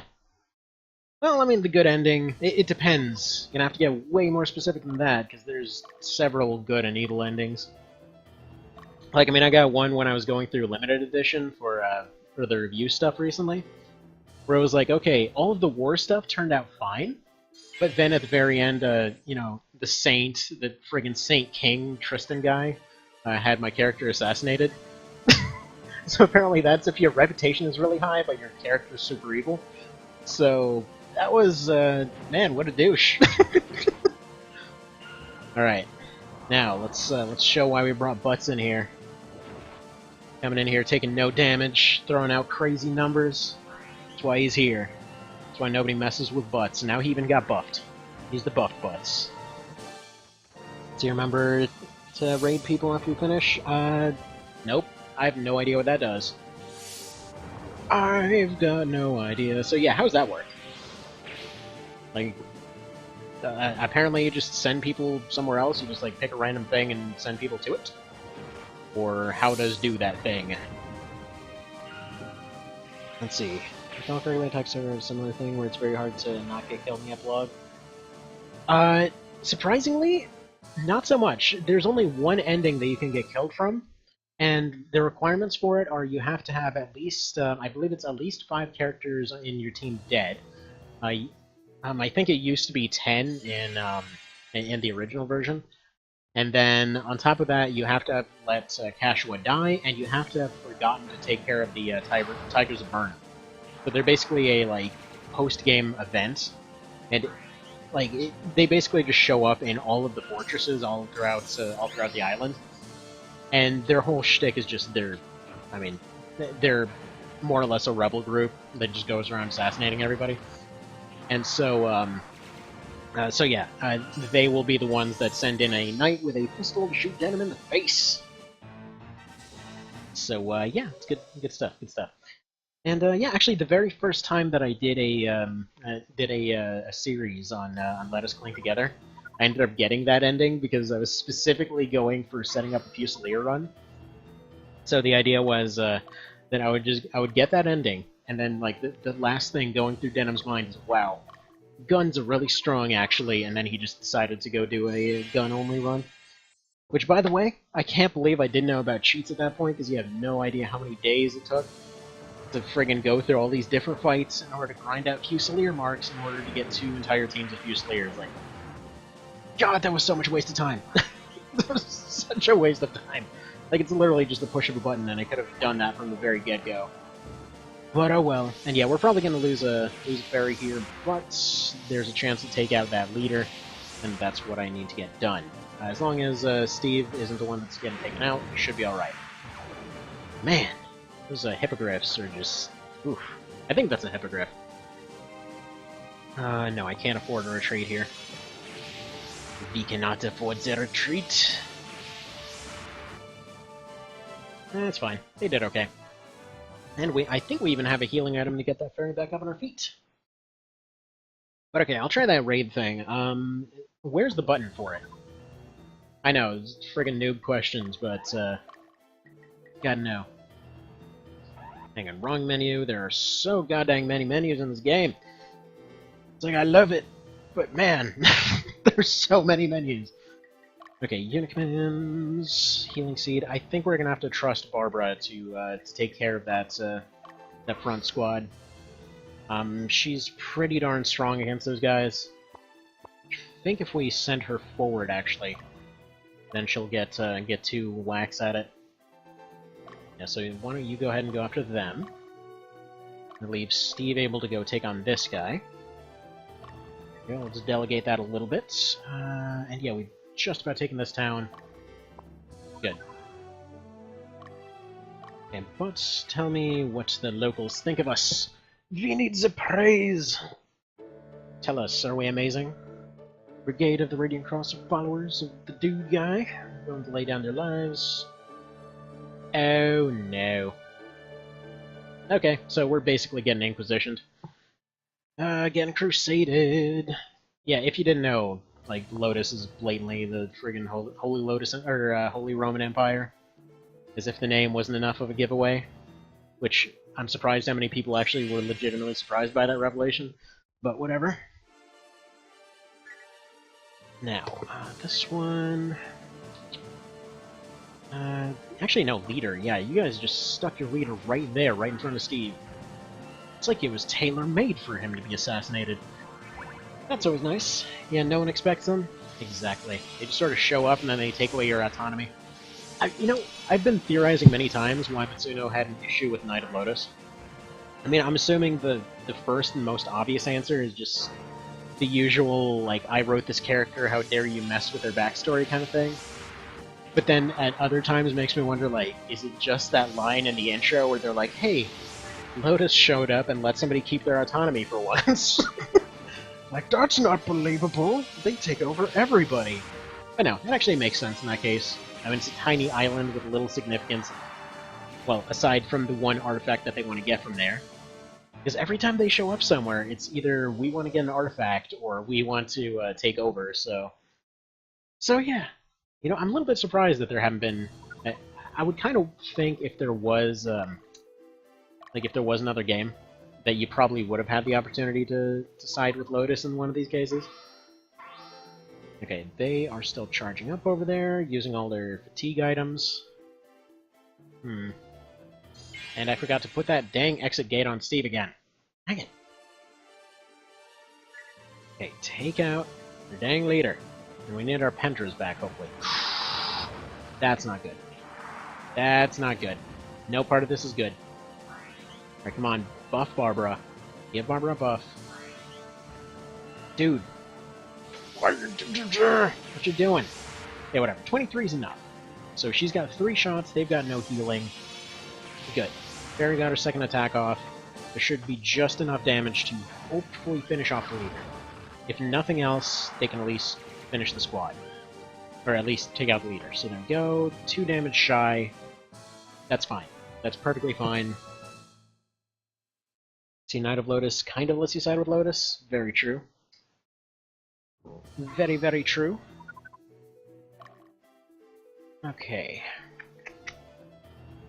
Hmm. Okay, Steve, I'm just gonna have Steve make a... They're gonna be changing locations a little bit, so I'm gonna make him do a bit of a beeline for the stronghold here. Yeah, these guys need to get marching north. Okay, what is your condition, Troy? Are you fit to go? No, he's still in really rough shape. And I forgot to give them items, because of course I did. But, well, yeah, all of this has taken place over the course of 10 seconds, so of course they haven't healed anything. Rick, we need you on bridge duty to make sure nothing else is getting through here. Alright, Leah, where in the crap are you going? You know what? Let's have you just in a giant blob over here. And I guess we'll just have Yuria's squad go in for a bit of an intercept here. Maybe they'll be able to catch up with one of them. Yeah, and they're going to take that neutral town, the Dicks. At least it gives us an excuse to go take it back. See, also missed Vagrant Story? Dude, Vagrant Story is so good.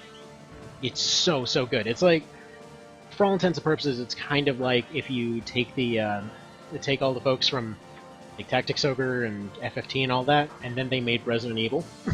And it's basically that. Like, it's a big ol' like relatively open map. Like, it actually does open up quite a bit. It goes from a relatively linear thing to a almost Metroidvania type situation. You have complete weapon customization. You've got what's this? A weird call is what it is. But yeah, you've got all kinds of stuff all over the place. There's so many mechanics, it's ridiculous. And dude, the sound design. The sound design is impeccable. Like, it's absurd. It's just downright absurd how good the sound design is. Like, the music is easily some of the best in either series, quite frankly. Alright, this is a problem. This is a definite problem right now. Aisha, you want to move forward here a little bit? Alright. I think what we want to do is we're going to let Katreda retreat out of here and then probably deploy somebody else. Like, I think maybe Dio might be strong enough to be a little bit useful. Right, Katreda, get the hell out of here. And let's see, we got Vab that'll do nothing. We got Dio. We got Anthony Sullivan though. Let's get him in here. It's not actually his full name, but whatever. Lord. Bird versus bird. Fight to the death. Or fight to the chicken nugget, whatever. Okay, so we took that town back. It's still gonna suck for our reputation, but it's something. And we got access to a shop now. Anything useful in here? Oh, Sandstorm? You can buy Sandstorm bows in this? Whoa, okay, that's new. There's no other game in the series where without some special bullcrap that you've been able to buy like elemental equipment in the store. Like in Tactics Ogre, you could, or the original version anyway, you could, you would sell particular creatures to particular shops, and you could buy one of something, but you could never buy an unlimited amount. Let's see. Dragon Story is probably my only disliked Itsuno game. Was it because of the damage thing? Out of curiosity. Like, was it specifically because of the damage thing? Like, I will say personally, whenever doing runs of that one, it does take like multiple sessions in order to actually get through it. Largely just because, like, it's. Put it this way, it's a game that's weirdly enough set up in a way that they want you to speedrun it, but the meta in that game, like the kind of the difference between the base game and the meta, like, or rather the standard user experience and the meta is pretty nuts. I think Sakamoto did. I'm not 100% certain if it was him. I think so though. But yeah, no, it's almost hard to describe actually. Actually, Barbara, no, not Barbara, Aisha, by any chance can you make it back to town? And retreat and send the other squad out here. Okay, see, this is when I wish I could zoom in all the way.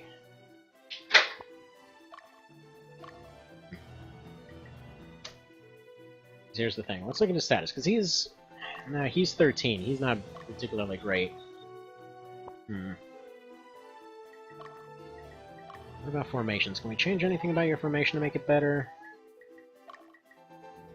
If we put you up here, yeah, he'll just attack from up there. Put the higher level attack fairies in the back, maybe they can do something. Yeah, if we set up something like this, then all three should be able to snipe at him, he should be able to hit him. He might be able to level him down, so we'll try that. Okay, so let's get you healed up. But yeah, so yeah, the thing with that one is, like, yeah, if you're just trying to play through it casually, you'll wind up with a lot of situations where you wind up doing almost no damage. Like, there's a mechanic that's kind of poorly explained, all things considered, where they want you to have specific weapons against specific things. So everything has very specific, like, stuff that they're weak against. Not to mention you have to be throwing out buffs and debuffs pretty constantly. Like, it's kind of notorious for that one, in fact. Okay, so this is the one that decides whether or not we redo this map, because again, the logic behind behind what counts as a loss in this particular challenge is just, is there a chance that Steve would be able to come back and win the entire map? Like, right now, he's having no problem actually winning things. Like, if he were to lose right here, I would safely say, yeah, no, he could just take back the fortress with no issues. If, for example, Steve were to get killed off, though, obviously he'd have a bit of a hard time doing that, or if he was completely surrounded with no health and it looked like he was going to get killed off when the fortress was taken, that would be a different story as well. But, like, right now, if the fortress if our HQ gets taken, like, did we charge one up by chance? No, we're not even close. Crit? Almost. Come on, finish him. Finished! Okay, good. So he's dead. Unfortunately, this also means that we now have a squad that's going to be right next to our town that can wander into the fortress. Anyway, so back to Vagrant's story for a second. So every time that you use a weapon against a particular unit type or anything like that, yeah, that still counts as a thing there. So that's fine. We'll just redo it. So I don't... Again, I think that this was handled better in March of the Black Queen, just because, like, there's a lot of cases where your fort can get taken, but you very easily could just take it right back. Like, right there, that is a squad with no leader, so they would functionally be worthless, and they're completely surrounded by my own guys. The only reason that they won is over technicality. So, that's fine. That's been the rule that was established after the whole chicken fight, so that's how we're going to keep going with this. Anyway, so, Vagrant story, right. But yeah. So, potentially, somebody could do a speedrun of that game in a few hours if they really knew what they were doing. It's actually, there's even a hidden scene apparently that if you complete the entire thing, never save it. So yeah, if you end up stacking all of your stats towards a particular thing or whatever else, you can get absurdly strong, like to the point where you can just run around completely curb stomping everything. So it can be really fun, but again, you just have to know that the mechanics are actually there. But the music is absolutely top-notch. Like, there's one theme in particular that's a culmination of the Greylands incident. Just look it up. Like, it is the best example of just, like, musical foreplay I've ever seen. By which I mean, there's one of the best themes in the game is the Wyvern boss theme, and they work up to it so well. Like, it's supposed to be like I think it's like the credits theme or something, but it's like they work through all these different themes throughout the game, and then just like hear the little bits of like dun dun dun dun dun just like coming in the background, and you get all the little bits and pieces of the song. And over the course of like 4 minutes, they work into the Wyvern theme, and it's like, god dang, that's cool. It's so good. But anyway, so let's go add some dudes to Leah here. This did work. So what I'm gonna do is this. So Rick and I want to say I'm going to say Rick and Barbara. So this is going to be the like full extended B team, I think. So there we go. We're going to have that. And actually, you know what? Let's stick Deborah in here for good measure.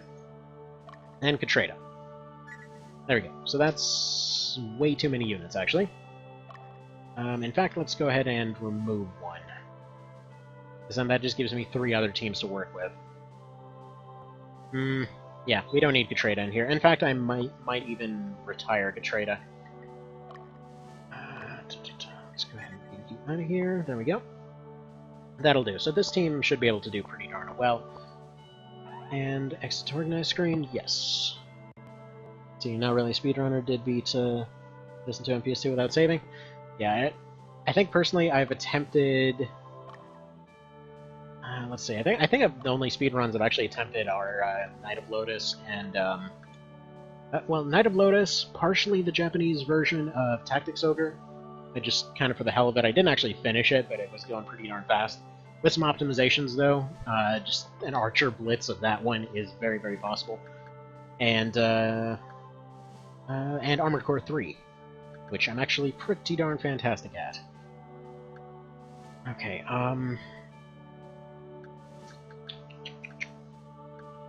yeah, that'll do. I'm actually trying to look for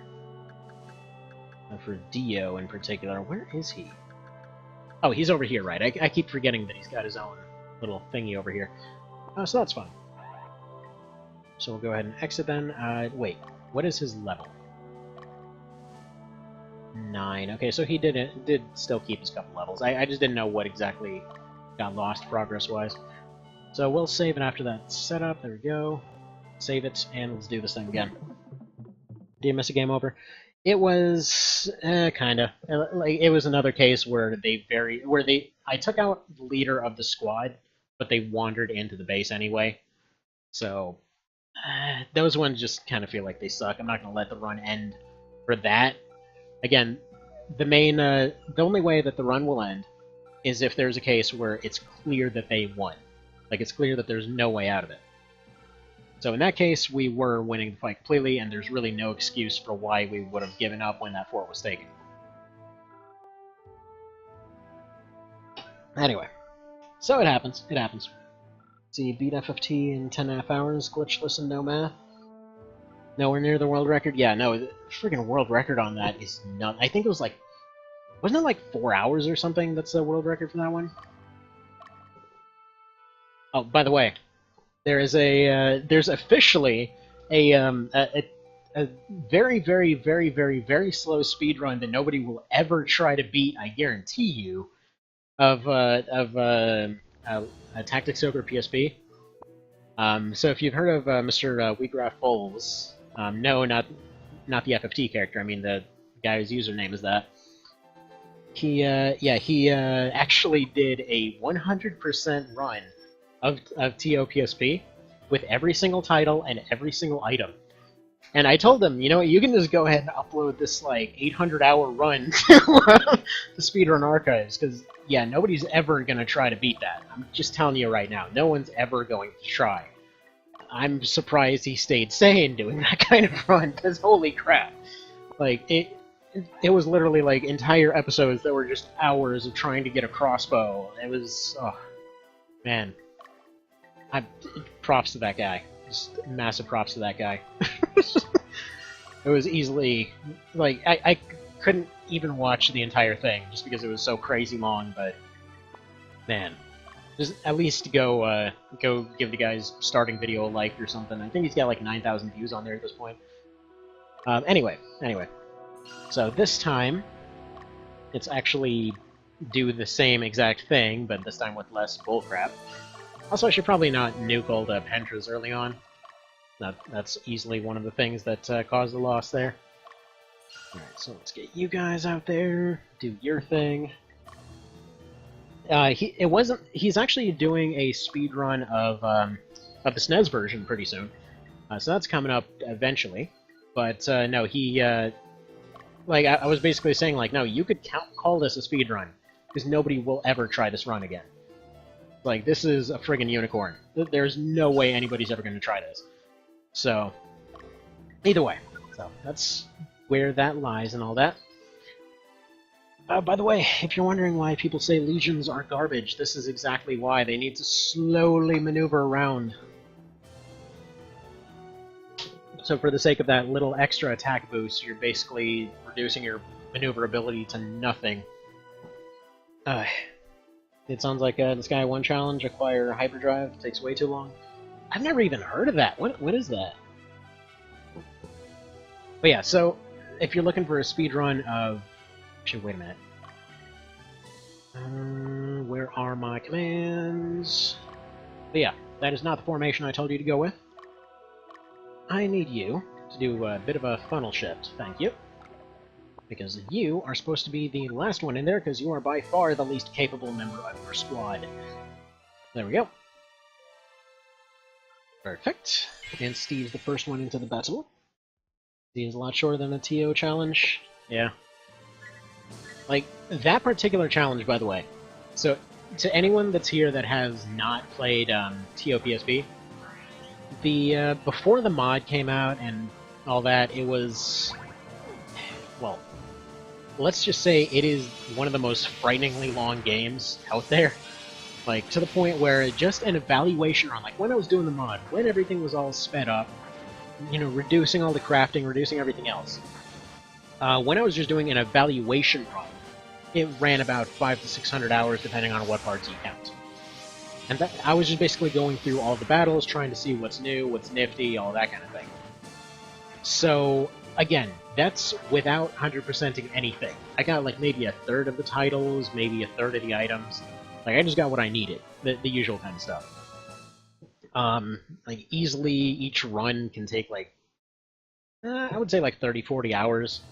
And then, not to mention, you've got all of Coda, you've got all the alternate routes through the story, you've got all the recruitment characters, you've got all the side parts, which can easily take hours on their own. See, item gun is... holy crap. Yeah, I'll be honest, a lot of parts of Disgaea, like for the ultra-heavy grind segments, I couldn't do it. Like, I absolutely adored Disgaea 2. Like, just playing through it for each of the 2 campaigns. But then, and I actually really liked going through the item dungeons just for the sake of having random maps. But when it came to, like, when it came to trying to max out anything, or trying to min-max characters, it was just like, man, there's way too much video game going on right now. Like, I can't get into this at all. Like, normally, when playing through these kinds of things, like, I like to be able to, you know, actually feel like maybe there's some, you know, I guess, believability to the situation. But yeah, when there's cases where it's like, oh, it's time to go do like 8 billion battles in a row, just kinda cuz, like, nah, thanks, I'm good. I think I'll go friggin' start a career instead. Just literally anything but that, please. Did I mention the Pendra is really good? Because the Pendra is really good. Yeah. I think the highest I ever got was like a few hundred levels in. I couldn't even get to that far. But yeah. Really love the mechanics of the games, though. Right. One more Abyss. Come on. Come on. Slash him, end it. Ah, 5 damage off. Well, that's fine. You know, if they probably will attack first on their next round, so they'll be able to take him out. Yeah, but yeah, for how long it can take for some of those fights, definitely. Like, especially in vanilla, the fact that you had to do so many extra steps. Okay, good. We found that same stone sword. I guess that's actually a set drop. That's weird. But yeah, let's see. As far as Coda goes, for the sake of context, so to do all of the side contents, like you've got 4 main chapters in TO. Each of those, maybe, we're going to say 10 to 25 battles each, right? You've got all your side content, like you've got Farampa, that is, I think, 27 maps. You've got Pirate's Graveyard, which is technically available around mid-game, but nobody's going to have the levels to actually make that happen. Which, again, is one of those things that One Vision's changing at some point. Apparently that's part of the next planned patch and all that. But go ahead and nameify, please. Anyway, so yeah, that's got 8 main maps, and then I believe there's 4 side maps off of that. Plus, you have to revisit that place like 3 times if you want to actually recruit Azelstan and you want to do his whole side quest and everything. For Rampa, you probably will end up revisiting several times because you can get all the crafting, well, a lot of the crafting books there. So you end up going through and blitzing through those maps several times. Friggin' the Sky Castle, whatever you want to call it, San Bronza, Floating Ruins, whatever, that thing is like 15 really long fights to start off with, and then 10 even longer fights after that. I think it goes up to like 27 total. And yeah, some of those drag on for ages. For Palace of the Dead, you've got 100 floors technically, though you can cut it down to like 40 if you utilize all the shortcuts. Yeah, Pirate's Graveyard is not too great. I will say it's a lot less frustrating with the mod, just on account of they aren't spamming evade the entire time. So that's one of those big annoyances, that there's a lot of lizard units there, and specifically a lot of hoplites, and so when you have a lot of cases where they're like, oh yeah, I'm just immune to one attack over and over and over. It's like, dude, you dicks, stop no-canceling every single one of my moves! So, it's a little bit annoying. Like, once you get used to it, you kind of come up with counters, like you just bring in a bunch of casters, it's like casters and dragoons are kind of the meta there, more or less. Like, I've been going through, kind of trying to do the same evaluation type run of vanilla once again recently. And yeah, there's definitely a lot of parts where it's a bit much. Like, I have to say, one of the biggest kick in the dick moments is in Floating Ruins. Specifically, Floating Ruins floor 10. Because you go through the first 15 fights, and then you get to floor 10, they're like, hey, guess what? Suddenly we up the level cap, and it's basically at 40. So you go in, everything starts in the low 20s, then it goes to the 30s, and so suddenly you get up to floor 10, and again, this is 25 maps in, technically speaking.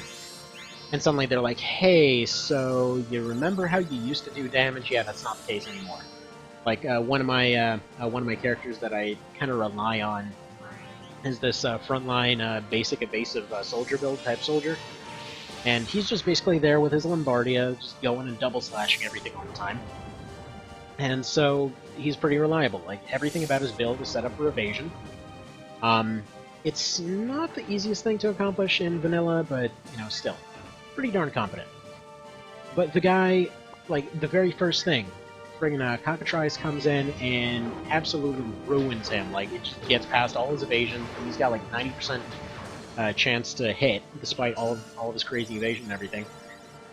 And yeah, can't even parry, can't even deflect out of any of it.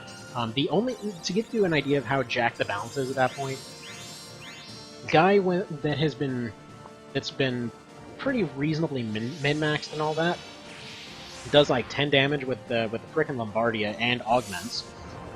Meanwhile, an archer that we picked up 2 battles ago, he's just kind of there, does like 150 per shot with a basic bow. And he can do double shots. Like, what?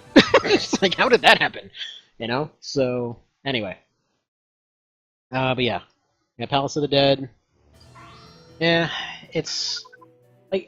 It depends. Like, honestly, if they perfectly matched your level at all times, I'd be a bit more okay with it. Because, you know, they're just matching your level and all that kind of thing. So it's time to have this wall retreat a little bit. Because I need to go save that town. Unfortunately. Ooh, nice! Okay, that is a good find right there. Also, birdies, time for you to go over here and die, I suppose. Kind of what you guys do best. But yeah, that's kind of one of those big selling points that I always throw out there for One Vision. Just because, yeah, when there's those kinds of maps, even if everything scales up to your level, you're still getting relatively consistent overall challenge and all that kind of thing. It's like you have more options to deal with that kind of stuff, and they didn't come in with a higher tier of strengthen or fortify or any of that. So you aren't running into cases where you just straight up, you're screwed. Okay, so we lost some dudes. But we can't even Pendra. Alright, whatever. Get out of there. This should bring down the rest of the team on them. Alright. Come on.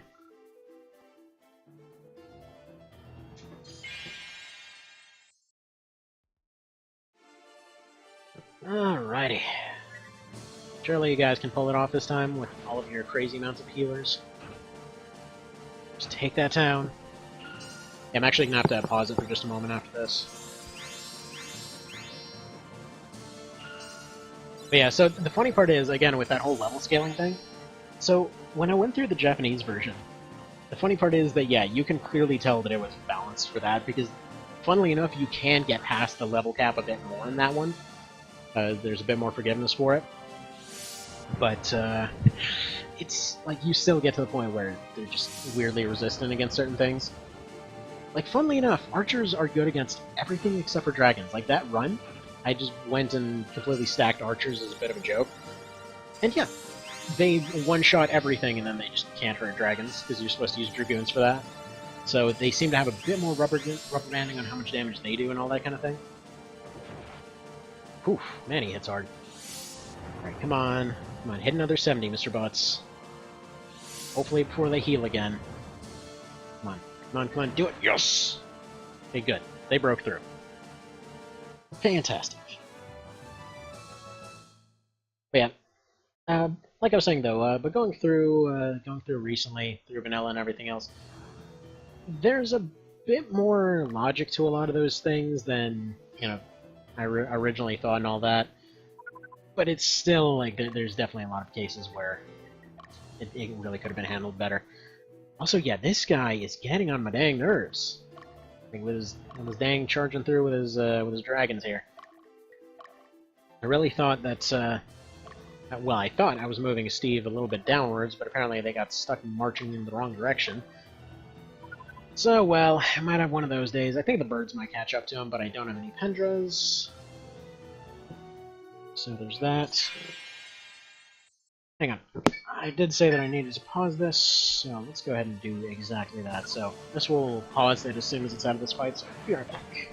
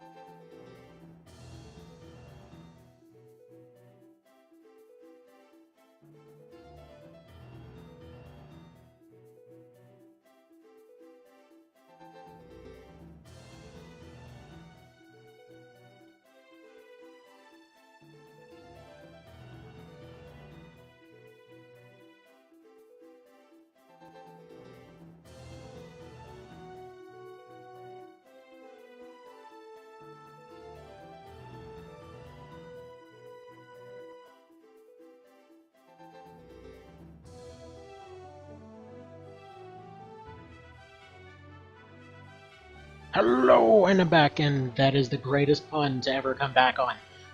Okay, so here's the deal. This dude is still a douche. So hopefully we're going to be able to do something about that. Thing is, I need to get some folks out of here. Ideally, I need to get the entire everything of everybody. Like, can I potentially disband the Legion? Alright, well that doesn't do anything. Okay, commands, move, get everybody going over here, because... see, I don't know. Not a fan of that as a general mechanic, I'll be completely honest. Because we basically have a case where, you know, they pushed one guy through, and technically speaking, I can't deploy anybody else. So not fantastic, but what can you do, right? Actually, wait a minute. There's an opportunity here. Okay. Kill these dudes. Kill them. Kill them good. Kill this entire squad so that I can go and get them sent back. It's fine. Troy will sacrifice himself for the greater good. By the greater good, I mean the general convenience of just getting somebody else out there. Okay, come on. Yes! Perfect! We got a crit! Yes, I am essentially voting for my guys to get killed off here. Excellent! Okay, well, they didn't quite get finished off. You guys want to try that again, maybe? Dang it. Yeah, they killed little donkeys. Yeah, right now we're in a situation where, for the second time, we may potentially end up losing this thing and having to restart it. Again, technically in a situation where we can easily win it again, it's a dumb technicality. I really think what they should have done is they probably should have gone for a bit of a kind of middle ground between March of the Black Queen and this one, wherein, like, in March of the Black Queen, if you lost your headquarters, you were just forced to retreat. Which, okay, no, fine, fair enough. It's annoying, but it works. Like, for the sake of this kind of challenge, it does work pretty well. But if you instead, like in this one, if you end up losing your HQ, they're like, oh my god, they touched our castle, quick, everybody die. So you just instantly lose. And what they could have gone for is a middle ground where, like, let's say you have a minute or whatever else to go reclaim your capital, and then, you know, you go from there. Like, maybe if you end up winning it, you end up holding onto their capital for some certain amount of time or something. Like, it would be nice to have something like that. Unfortunately, such a mechanic does not exist at the moment, though I will say with OB64 getting a mod at the moment, maybe, you know, maybe there's just a possibility for that to happen. I don't think anybody's going to be able to catch up with this one guy over here. Because, you know, the one heavy squad is just going to outspeed everybody. That's fine. As you do. So I'm just going to go ahead and pop them suckers over here. This is why I need to stop forgetting to put an exit gate on somebody. Alright, come on. Just like this giant mob going towards the one guy. I was like, I'm gonna touch your castle! I'm gonna touch your castle! Now, here's the question. If Butts lands on that other town, does he have the option to retreat? Because if he does, that's a little bit of a different story. He does have the option to retreat. Then that would allow us to redeploy him elsewhere. Alright, power down on you. I'm not even paying much attention to this particular fight because it doesn't particularly matter for now. And I really wish that that one guy hadn't gotten thrown behind our line. So, if you missed it, basically what had happened is, yeah, it's like, it's not only that the guy got through, it's the fact that he lost a fight, and then basically retreated behind our front line. So, bit of a downer there. Bit of a downer for sure. So they're like, hey, I've teleported behind your entire wall of units, just kind of because they were facing the wrong way. And I'm assuming that's why one of the reasons that people say legions are so worthless. Okay, so we took that town. Okay, they're ready to attack over here. So, Butts took the town. Let's see if he's able to retreat. That'd be nice. That would be very nice. Oof. And all of these friggin' AoE dragons everywhere. Man. It's not a fun time. Not a fun time for these guys right now. And naturally, hype fairies going and buffing themselves up for those attacks they can't do. Awesome! So useful.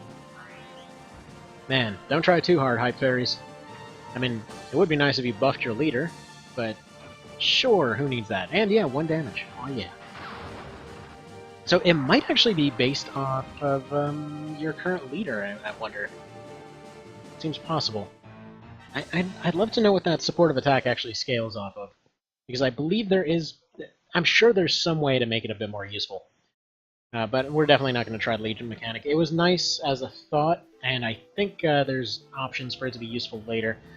But for the time being, it definitely seems like a hard no on that one.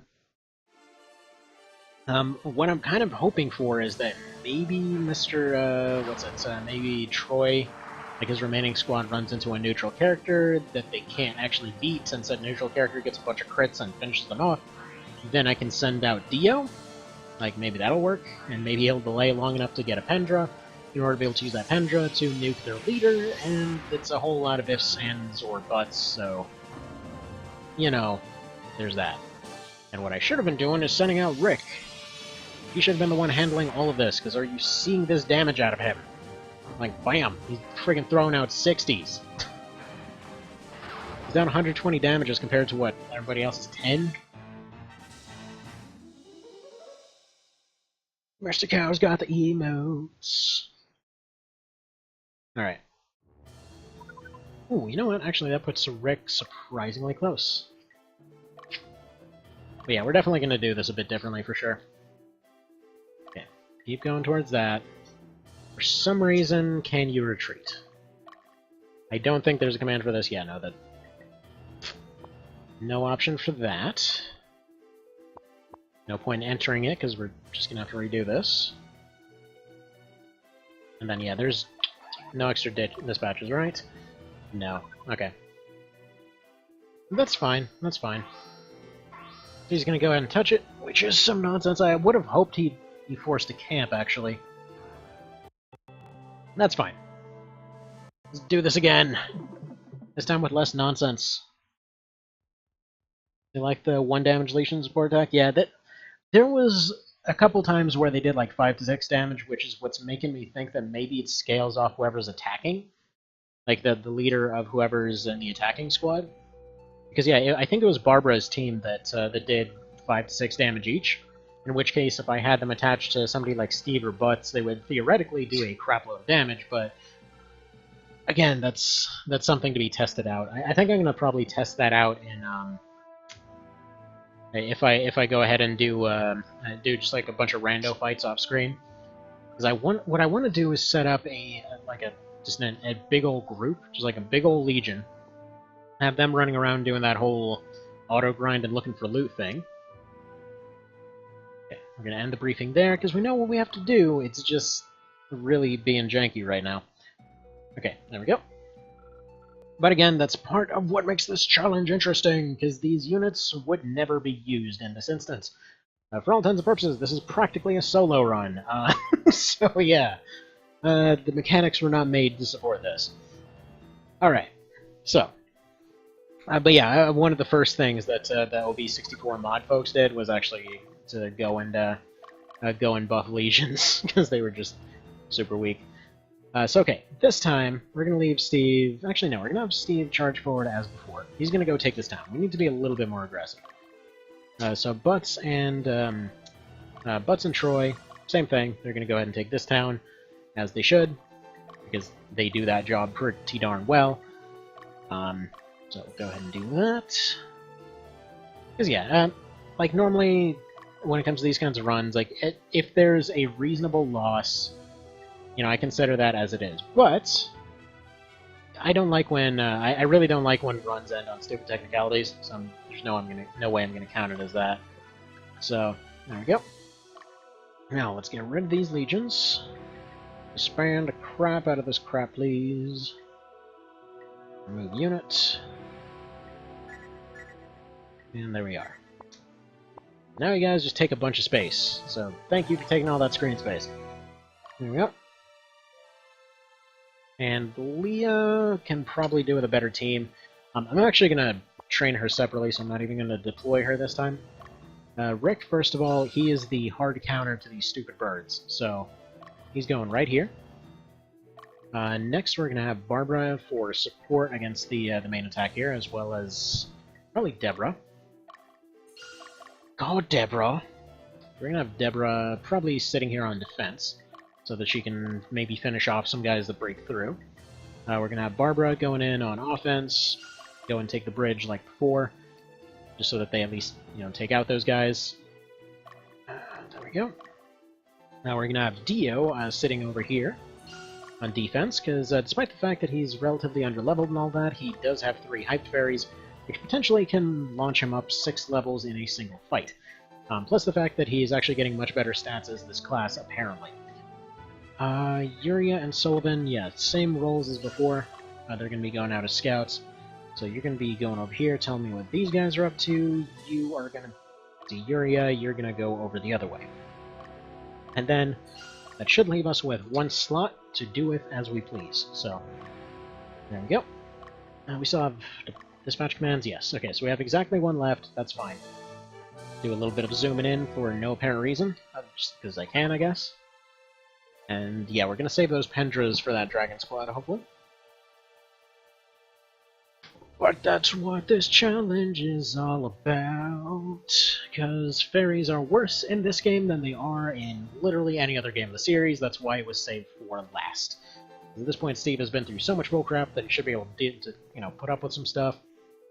But yeah, like in Knight of Lotus, they could give you free turns, they gave a little bit of a heal, they could give you... It turns out they actually did give you a damage bonus, though it didn't say that. And I only found that out on the very last fight of the game. Because it was literally just giving Steve the same, 1 turn over and over and over. Which actually, Steve was an actual fairy at that point. Let's go for leader. But yeah, so he just kept getting... every time that he ended up getting another turn, he got stronger. And this kept happening over and over and over, and I couldn't figure it out at the time. And then playing through this, it's like, yeah, they actually have an attack bonus in this one, so that's probably why. Probably a reference to this.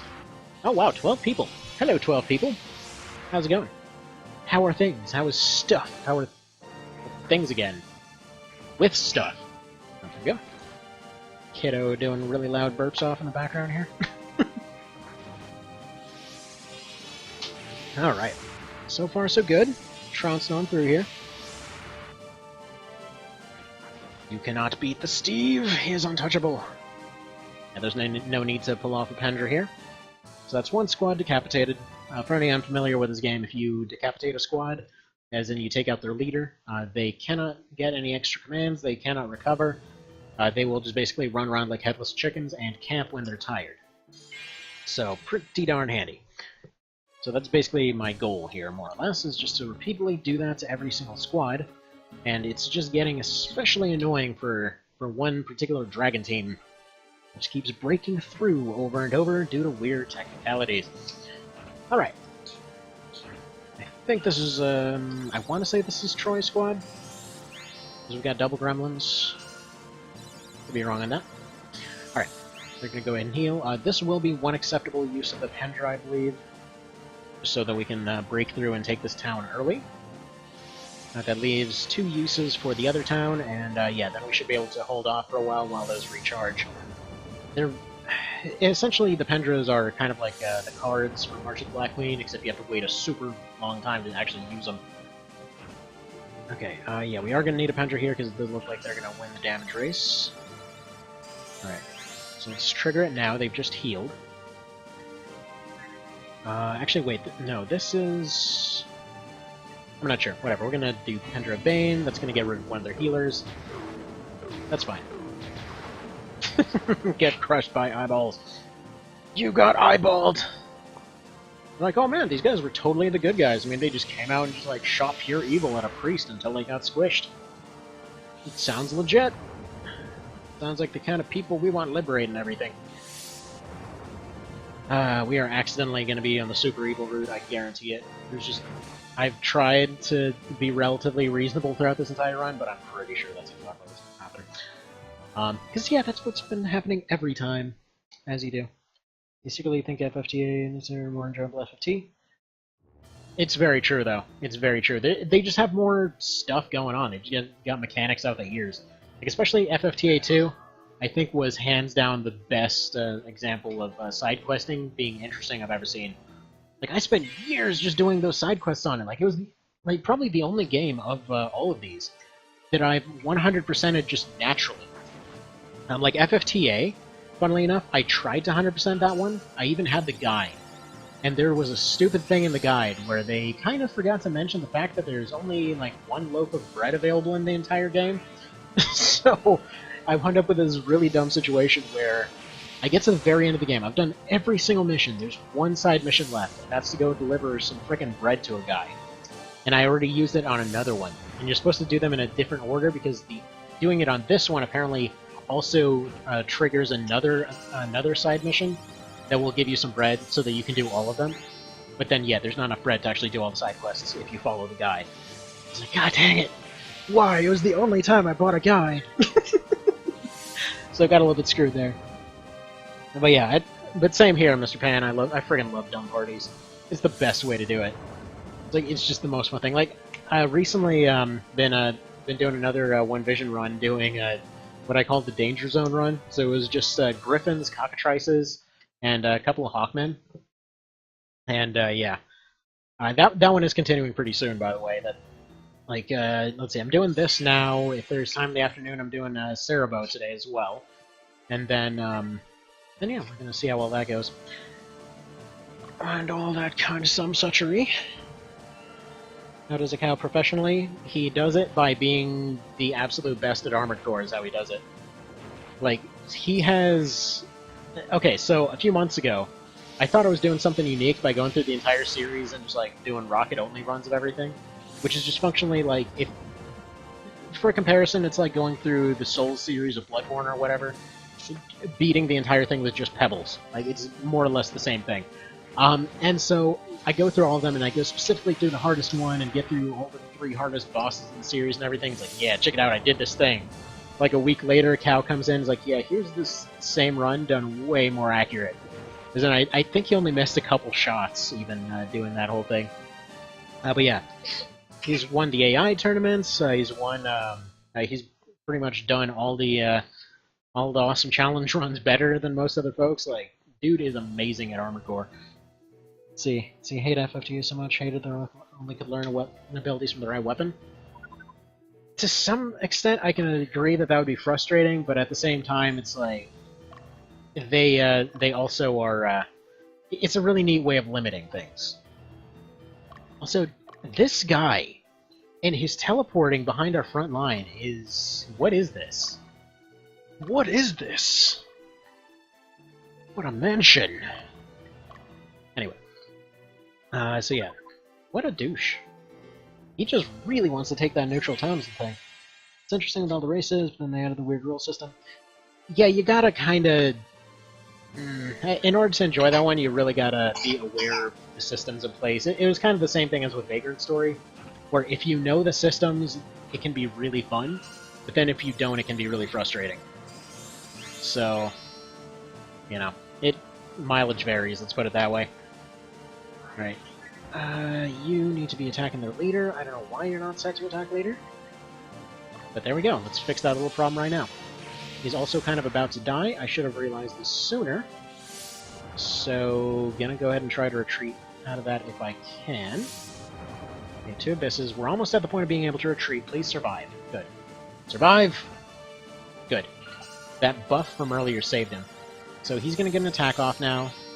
I think they've used all their attacks. So I might as well just let him finish attacking at this point.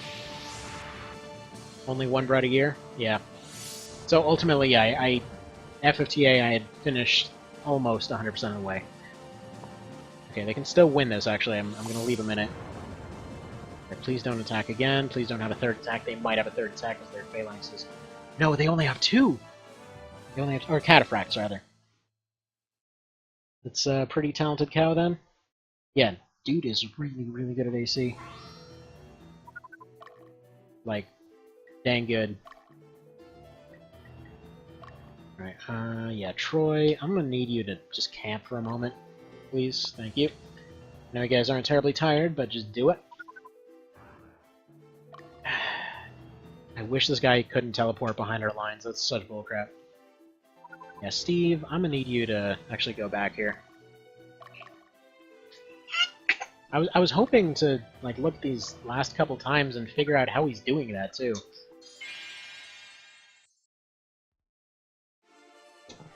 But yeah, no, FFTA 2 I think just improved on everything. Like the learning from weapon system, I personally really liked just because it allowed, like, it more or less forced you to equip certain things at certain times. Like I thought it was basically an inbuilt challenge run. Like it depends on whether or not you like challenge runs, I suppose. But, like that's the way I personally preferred to see it, because it's like, you know, you have your you have everybody limited to certain weapons. Like if you want to have somebody learn Ultima, and then you give them like the Ultima Great Bow, and it's like, or the Seventh Heaven. There we go. That's what it was called. But yeah, you're basically in a position where it's like, okay, for a really long period of time, they're gonna learn a really strong move, but they're stuck using this really crappy bow. So I liked it, you know. It's just it was a nice thing. Like sometimes they were just stuck using a particular element. Sometimes it, you know, gave them some weird little thing. It's just, I thought it was a nice way of limiting stuff, so you couldn't quite metagame, but you could also metagame in other ways. It's weird to explain. Let's see, different ways to learn skills. You're still grinding. Yeah, I mean, it depends. Like, every RPG is gonna have grinding to some degree. Hell, even friggin' D&D games end up having grinding. But, see, it depends on the kind of grind you want to do. Like, for example, like, let's take Vanilla TO, which I honestly, like, going through it recently, I have a very strong feeling that a lot of the classes were simply balanced more for role-playing than actual balance. But you still wind up in a lot of cases where you're just grinding for equipment, and honestly, that endgame grind wall scared off a lot of people. In OV, you're still grinding, but you basically can still get away without doing it if you know the tricks. FFT is the same way, where you can get away without grinding if you know the right, if you know the right combinations of stuff to use, all that kind of stuff. FFTA 2, it's similar to some degree. Also, crap, I didn't push the button on time. We had a Pendra. I'm gonna be so pissed if that's the thing that causes the end. Anyway, SWAT Cerebro instead, basically. Maybe. By the way, Mr. Cerebro, yeah, doing the mod later today is the plan, provided Comcast doesn't shut off the internet randomly or some crap. But yeah, never know. It's Comcast, they suck, and they probably want their bill. Anyway, let's see. That being said, let's go ahead and have you munch on a couple leaves. Pretend this is Colorado. That joke's outdated, because it also now applies to Michigan. Anyway, as we all learn potato work. Yeah, technically doing some work in the background as well, but most of what I do involves a lot of writing and putting out posts and hoping that sales come in, so the usual kind of stuff. You excited to see the new palettes in action? Me too. I'm excited to see them dang things. So, Mr. Pan, you missed it before. At least I didn't think you were there for that one. But it was a funny situation where I basically had 6 of my guys out on side missions, accidentally triggered the super difficult thing to go do Beowulf's side quest. So I've got a bunch of guys that are basically going in on a rescue mission for one of the hardest bits of the game right at the start of Chapter 4. So, yeah, we kind of utterly bullcrapped our way through the first fight, and apparently then it got harder for the end fight, so who knows? Maybe the save file screwed, but I think there's always ways to shenanigans through it all. We'll see. There we go, that is another leader gone, because Butts takes no crap. You did the Beowulf thing? Currently trying to, yeah. That first fight was pretty darn brutal, I gotta say. They ultimately succeeded by just making a squad with so much absurd amounts of damage that they just couldn't heal at all. So yeah, you can't heal what is already dead. Oh man, no. Okay, fairies, it depends. To be fair, some of the fairy type stuff in in the FFT games is nuts. Like the friggin' FFTA fairies are crazy strong, and especially if you've ever played a mod called FFTA X, which by the way, if anybody wants a similar guide to what I did with OV and TO for the FFT games, because there's a ton of mods and everything else for that, but If you're ever curious to see that kind of thing, there's this a mod called FFTAX that made the entire thing more difficult. But oh my god, they completely missed one very obvious one that apparently had no ready answer, which was what exactly to do with monster units. So the thing was, everything scaled in a really bizarre way, and the monsters in particular had a bit of a problem in that they scaled up crazy high. Meaning that early on, they were nigh indestructible, to the point where fairies, they came in with their meteor move, and that could one-shot like an entire area from the very first mission in the game. And it was like, dude, it was already... The first mission in FFTA was already bullcrap. Why would you do this? And when I was going through the forums, it basically just resulted in, like, well, this making the start way too difficult was the only way to kind of make this system work, so sorry, more or less. But yeah. So, does it look like elemental guns weren't faith-based anymore? No, they were apparently scaling off something else, because them things hit like a dang truck, and nothing I did reduced their power at all. But let's see. So maybe optional content in the mod a bit more difficult, but it's still very possible? It is. He's not kidding. It's some pretty fine balance, I gotta say. It's some really fine balance, and I love it. Like, currently, my two favorite mods are, Cerebro and One Vision. And this is including ones for, like, New Vegas and everything else. But yeah, both of them. Making really fine balance for two games I really like. Alright, please tell me you didn't... Okay, good. That's fine. I'm perfectly fine with this. Their leader is heavily damaged, and this didn't cause them to retreat into our base. Because that crap is getting annoying. This guy, with all of his nonsense of abusing direction mechanics...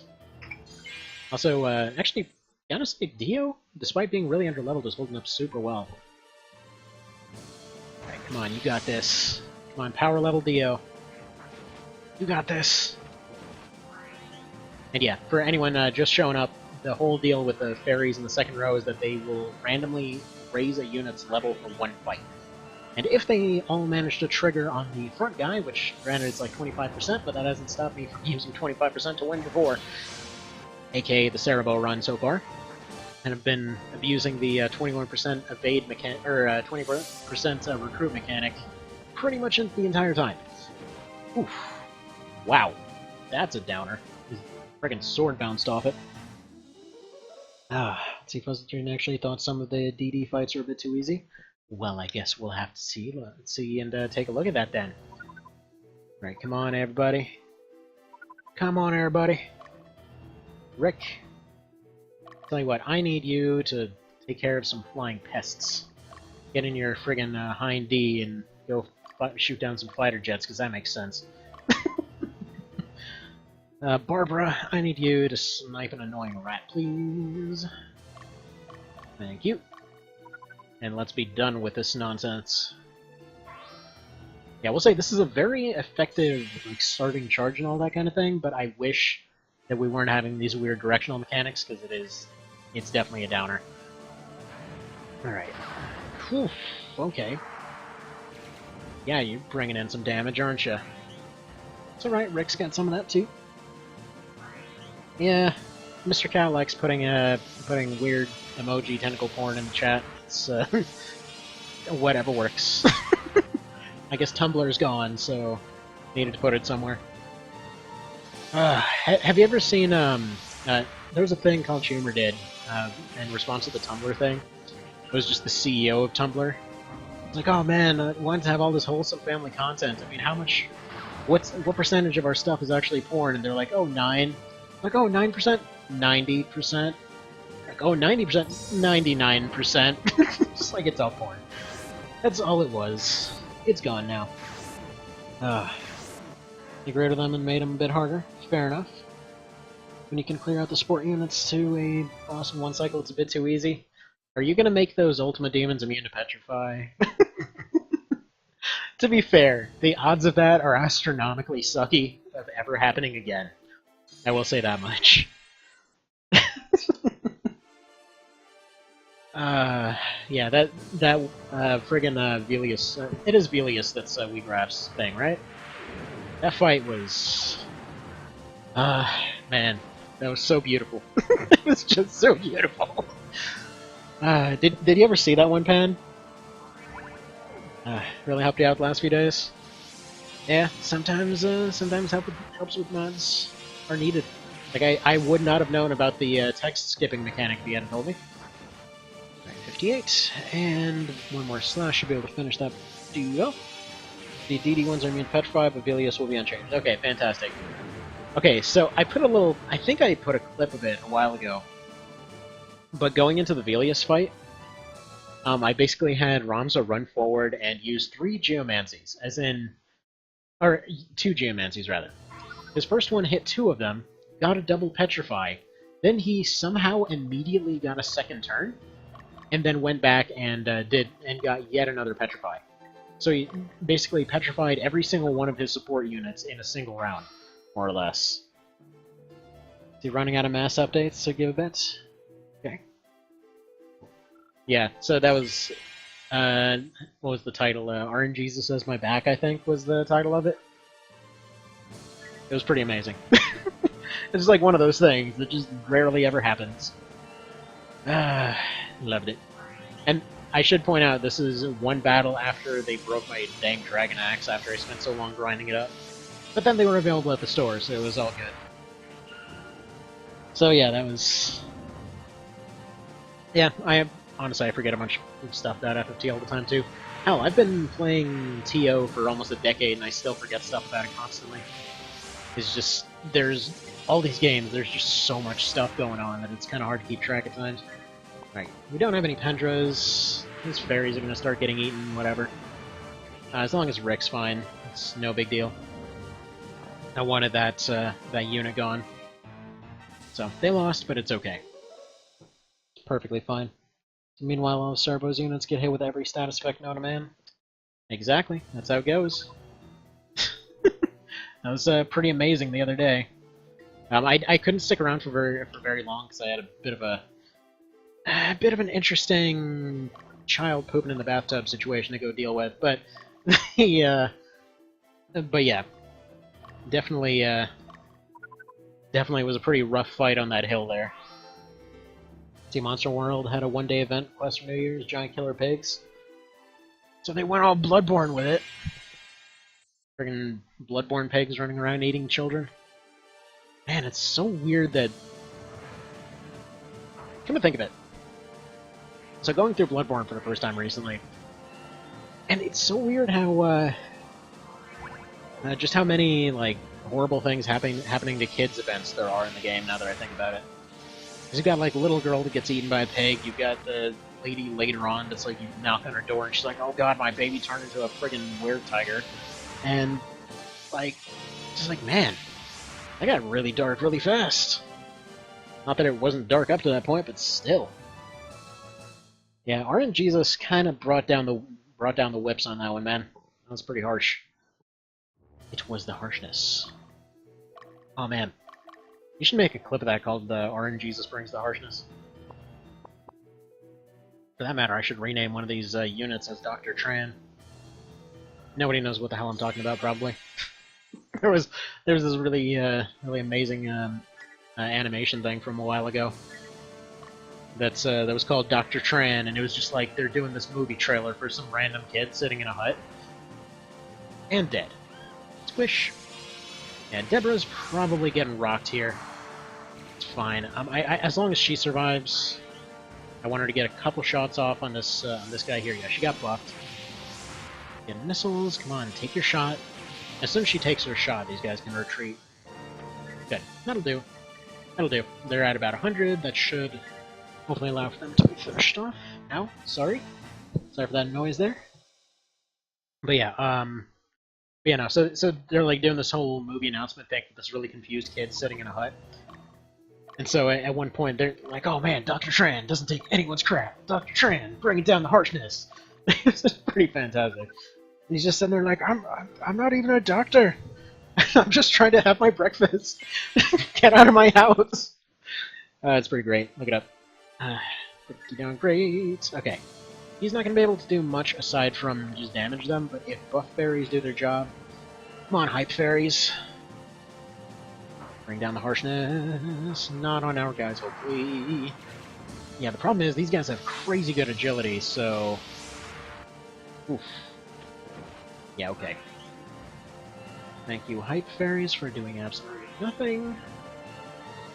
Yeah, no, he's... we've got 2 moves.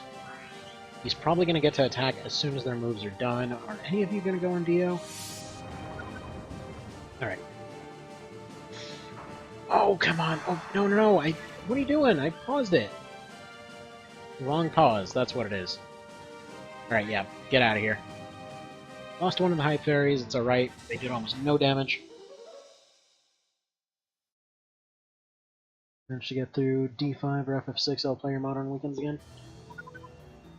Okay, here's what we need.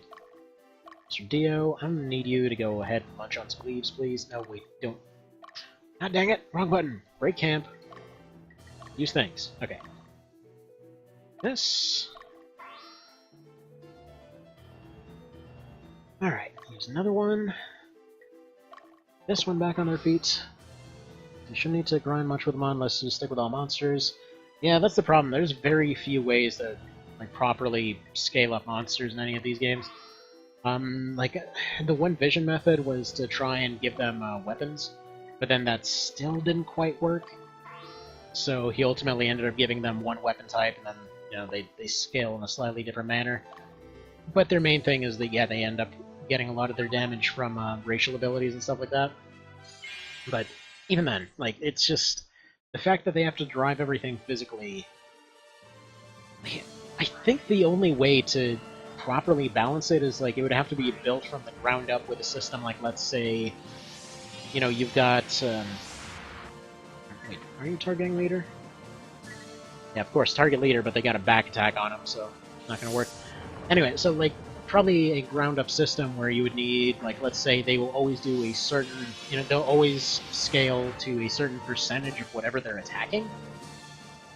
So they'll always overpower whatever they're attacking, but at the same time they're also drastically, they're always going to be stronger than them, but they also, just on sheer bulk. But at the same time they don't end up getting ridiculous damage. I mean, maybe that could work. It's just there's so few ways to actually make it work. Oh man, Monster Rancher, there's one I haven't heard of in a while. Only ever played one of them, actually. Braxton, go lay down. What do you think you're doing? Don't need an alarm clock, thank you. Somebody's vacuuming outside, so we got all upset about it. We're gonna defeat the evil Moo. Yeah. Monster Rancher kind of depressed me as a kid, to be honest. I was used to playing all the Pokemon games and everything. They're like, oh yeah, you put all these levels into this sky, and now they've gone into the cave, and they didn't come back out, but here's a baby. Dude, they got laid, and that's it? That was the end of their story? Oof. That's a little bit darker than I was expecting. Why they died? Why they died? Okay, go after them. Deborah, you know what? Tell you what. Use items. Oh yeah, she's going to have to attack. I wanted her to stay here and defend the base, but I can't chance it, so it's time to throw these out. This one squad I was getting through. I mean, on the plus side, at least they aren't, it isn't the bulk squad that got through, so this one should be very manageable. Alright, looks like the birds are retreating, for some reason. Oh, they're all they're all terrified of Rick, oh god. Have you seen his damage? We can't deal with that. Actually, he probably wants to go ahead and camp. Alright. The odds of Barbara getting there on time are pretty slim, so it's going to be up to the 2 rookie squads to beat this one. Okay.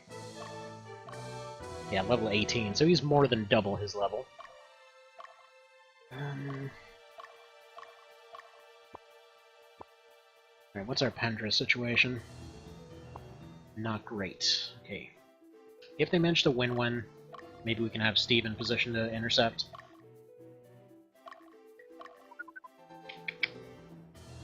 And then we probably can have Butts here, charging forward and taking this place. Can probably do it solo. Let's see. This should definitely do competitive damage late game. The Chapter 4 humans get their final burst of gear. Status immunity I gave them is making the AI harder. I did not realize they had status immunities. Okay, and despite being the ones attacking, they somehow got attacked from the back and are getting fully owned. Awesome! Awesome! That's what I wanted.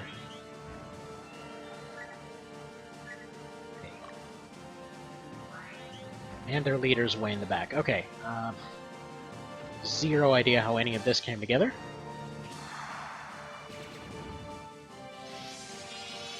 But okay, that's fine. I still have one more deploy available, and we might be able to pull something off with that. To give the player ability to ignore certain statuses with certain monsters if they're having issues. Okay, where does it say what those statuses are? Okay, so we've got one there, and then we've got Leah, Katrina. You know, we can probably send that in just as a bit of raw damage. He will die, and I'm okay with this because he will just get some damage off on their leader. He's got Fatal Dance. The only thing he's got going for him, really. He's basically got a melee attack that can attack the back. Is he even gonna get an attack off? That's questionable. Okay, I'm sorry. What is wrong with you? That's your one selling point, is you attack in the back row. Hanging bad. It would be so good if he, if he actually did what I wanted him to. He actually has pretty decent attack and everything, it's just... yeah. It's not like they really have to do that much to win it. They just have to do 100 to that guy. Got a number crunch a lot harder than I do, literally just head to wall in every game. Honestly, same here in a lot of cases. Alright, I'm really regretting deploying the guy here now. This went completely haywire. Okay, so attack leader. In theory, there's a chance. Although they keep buffing the one unit that they can buff, so... that's not good. Yeah, no, they're already... they're already doing it again. And they're gonna buff themselves instead of who they need to be buffing. Come on, just do it. Yeah. They lost this pretty hardcore unless she gets a crit. No, she's gonna do 0. Alright, come on, RNG, be nice. Do we really gotta do this thing over and over?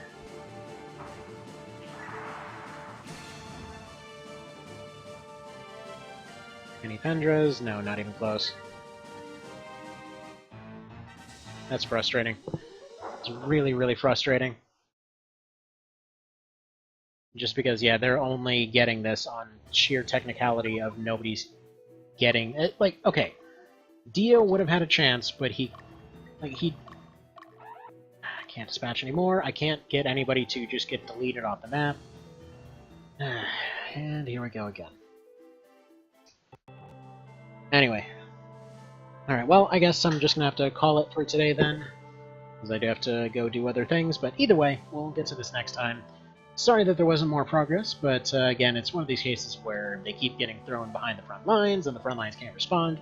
I do know how to deal with that whole situation, but I was hoping to get through it a little bit faster. It's fine, it's fine. We'll get through it next time. So, thank you for stopping by. How do I do this raid thing? How do raid? Let's see, raid, where's buttons? That does that. I don't know what bits do. Hang on, we gotta do the raidy thing. I don't know exactly what it does, but we gotta do the thing. So... does anybody... okay, give me a name then. So, raid... and then... anybody doing stuff right now? Anybody knows of anybody doing stuff right now? Always do it. Got a name for me by chance? Go ahead and chuck some dudes in some direction. Mr. Satabo, do you have one?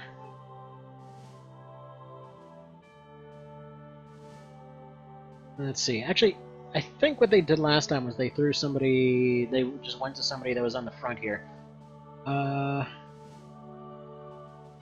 Let's see. We got some Zelda for Charity thing. Somebody watching endless amounts of Pokermans. Somebody... Ooh, somebody doing Bloodborne. I mean, I guess that's a thing. With -3 viewers, exactly. Pick some random person streaming? Okay. Well, yeah, then we're just gonna go with this random... Okay. Let's see how to...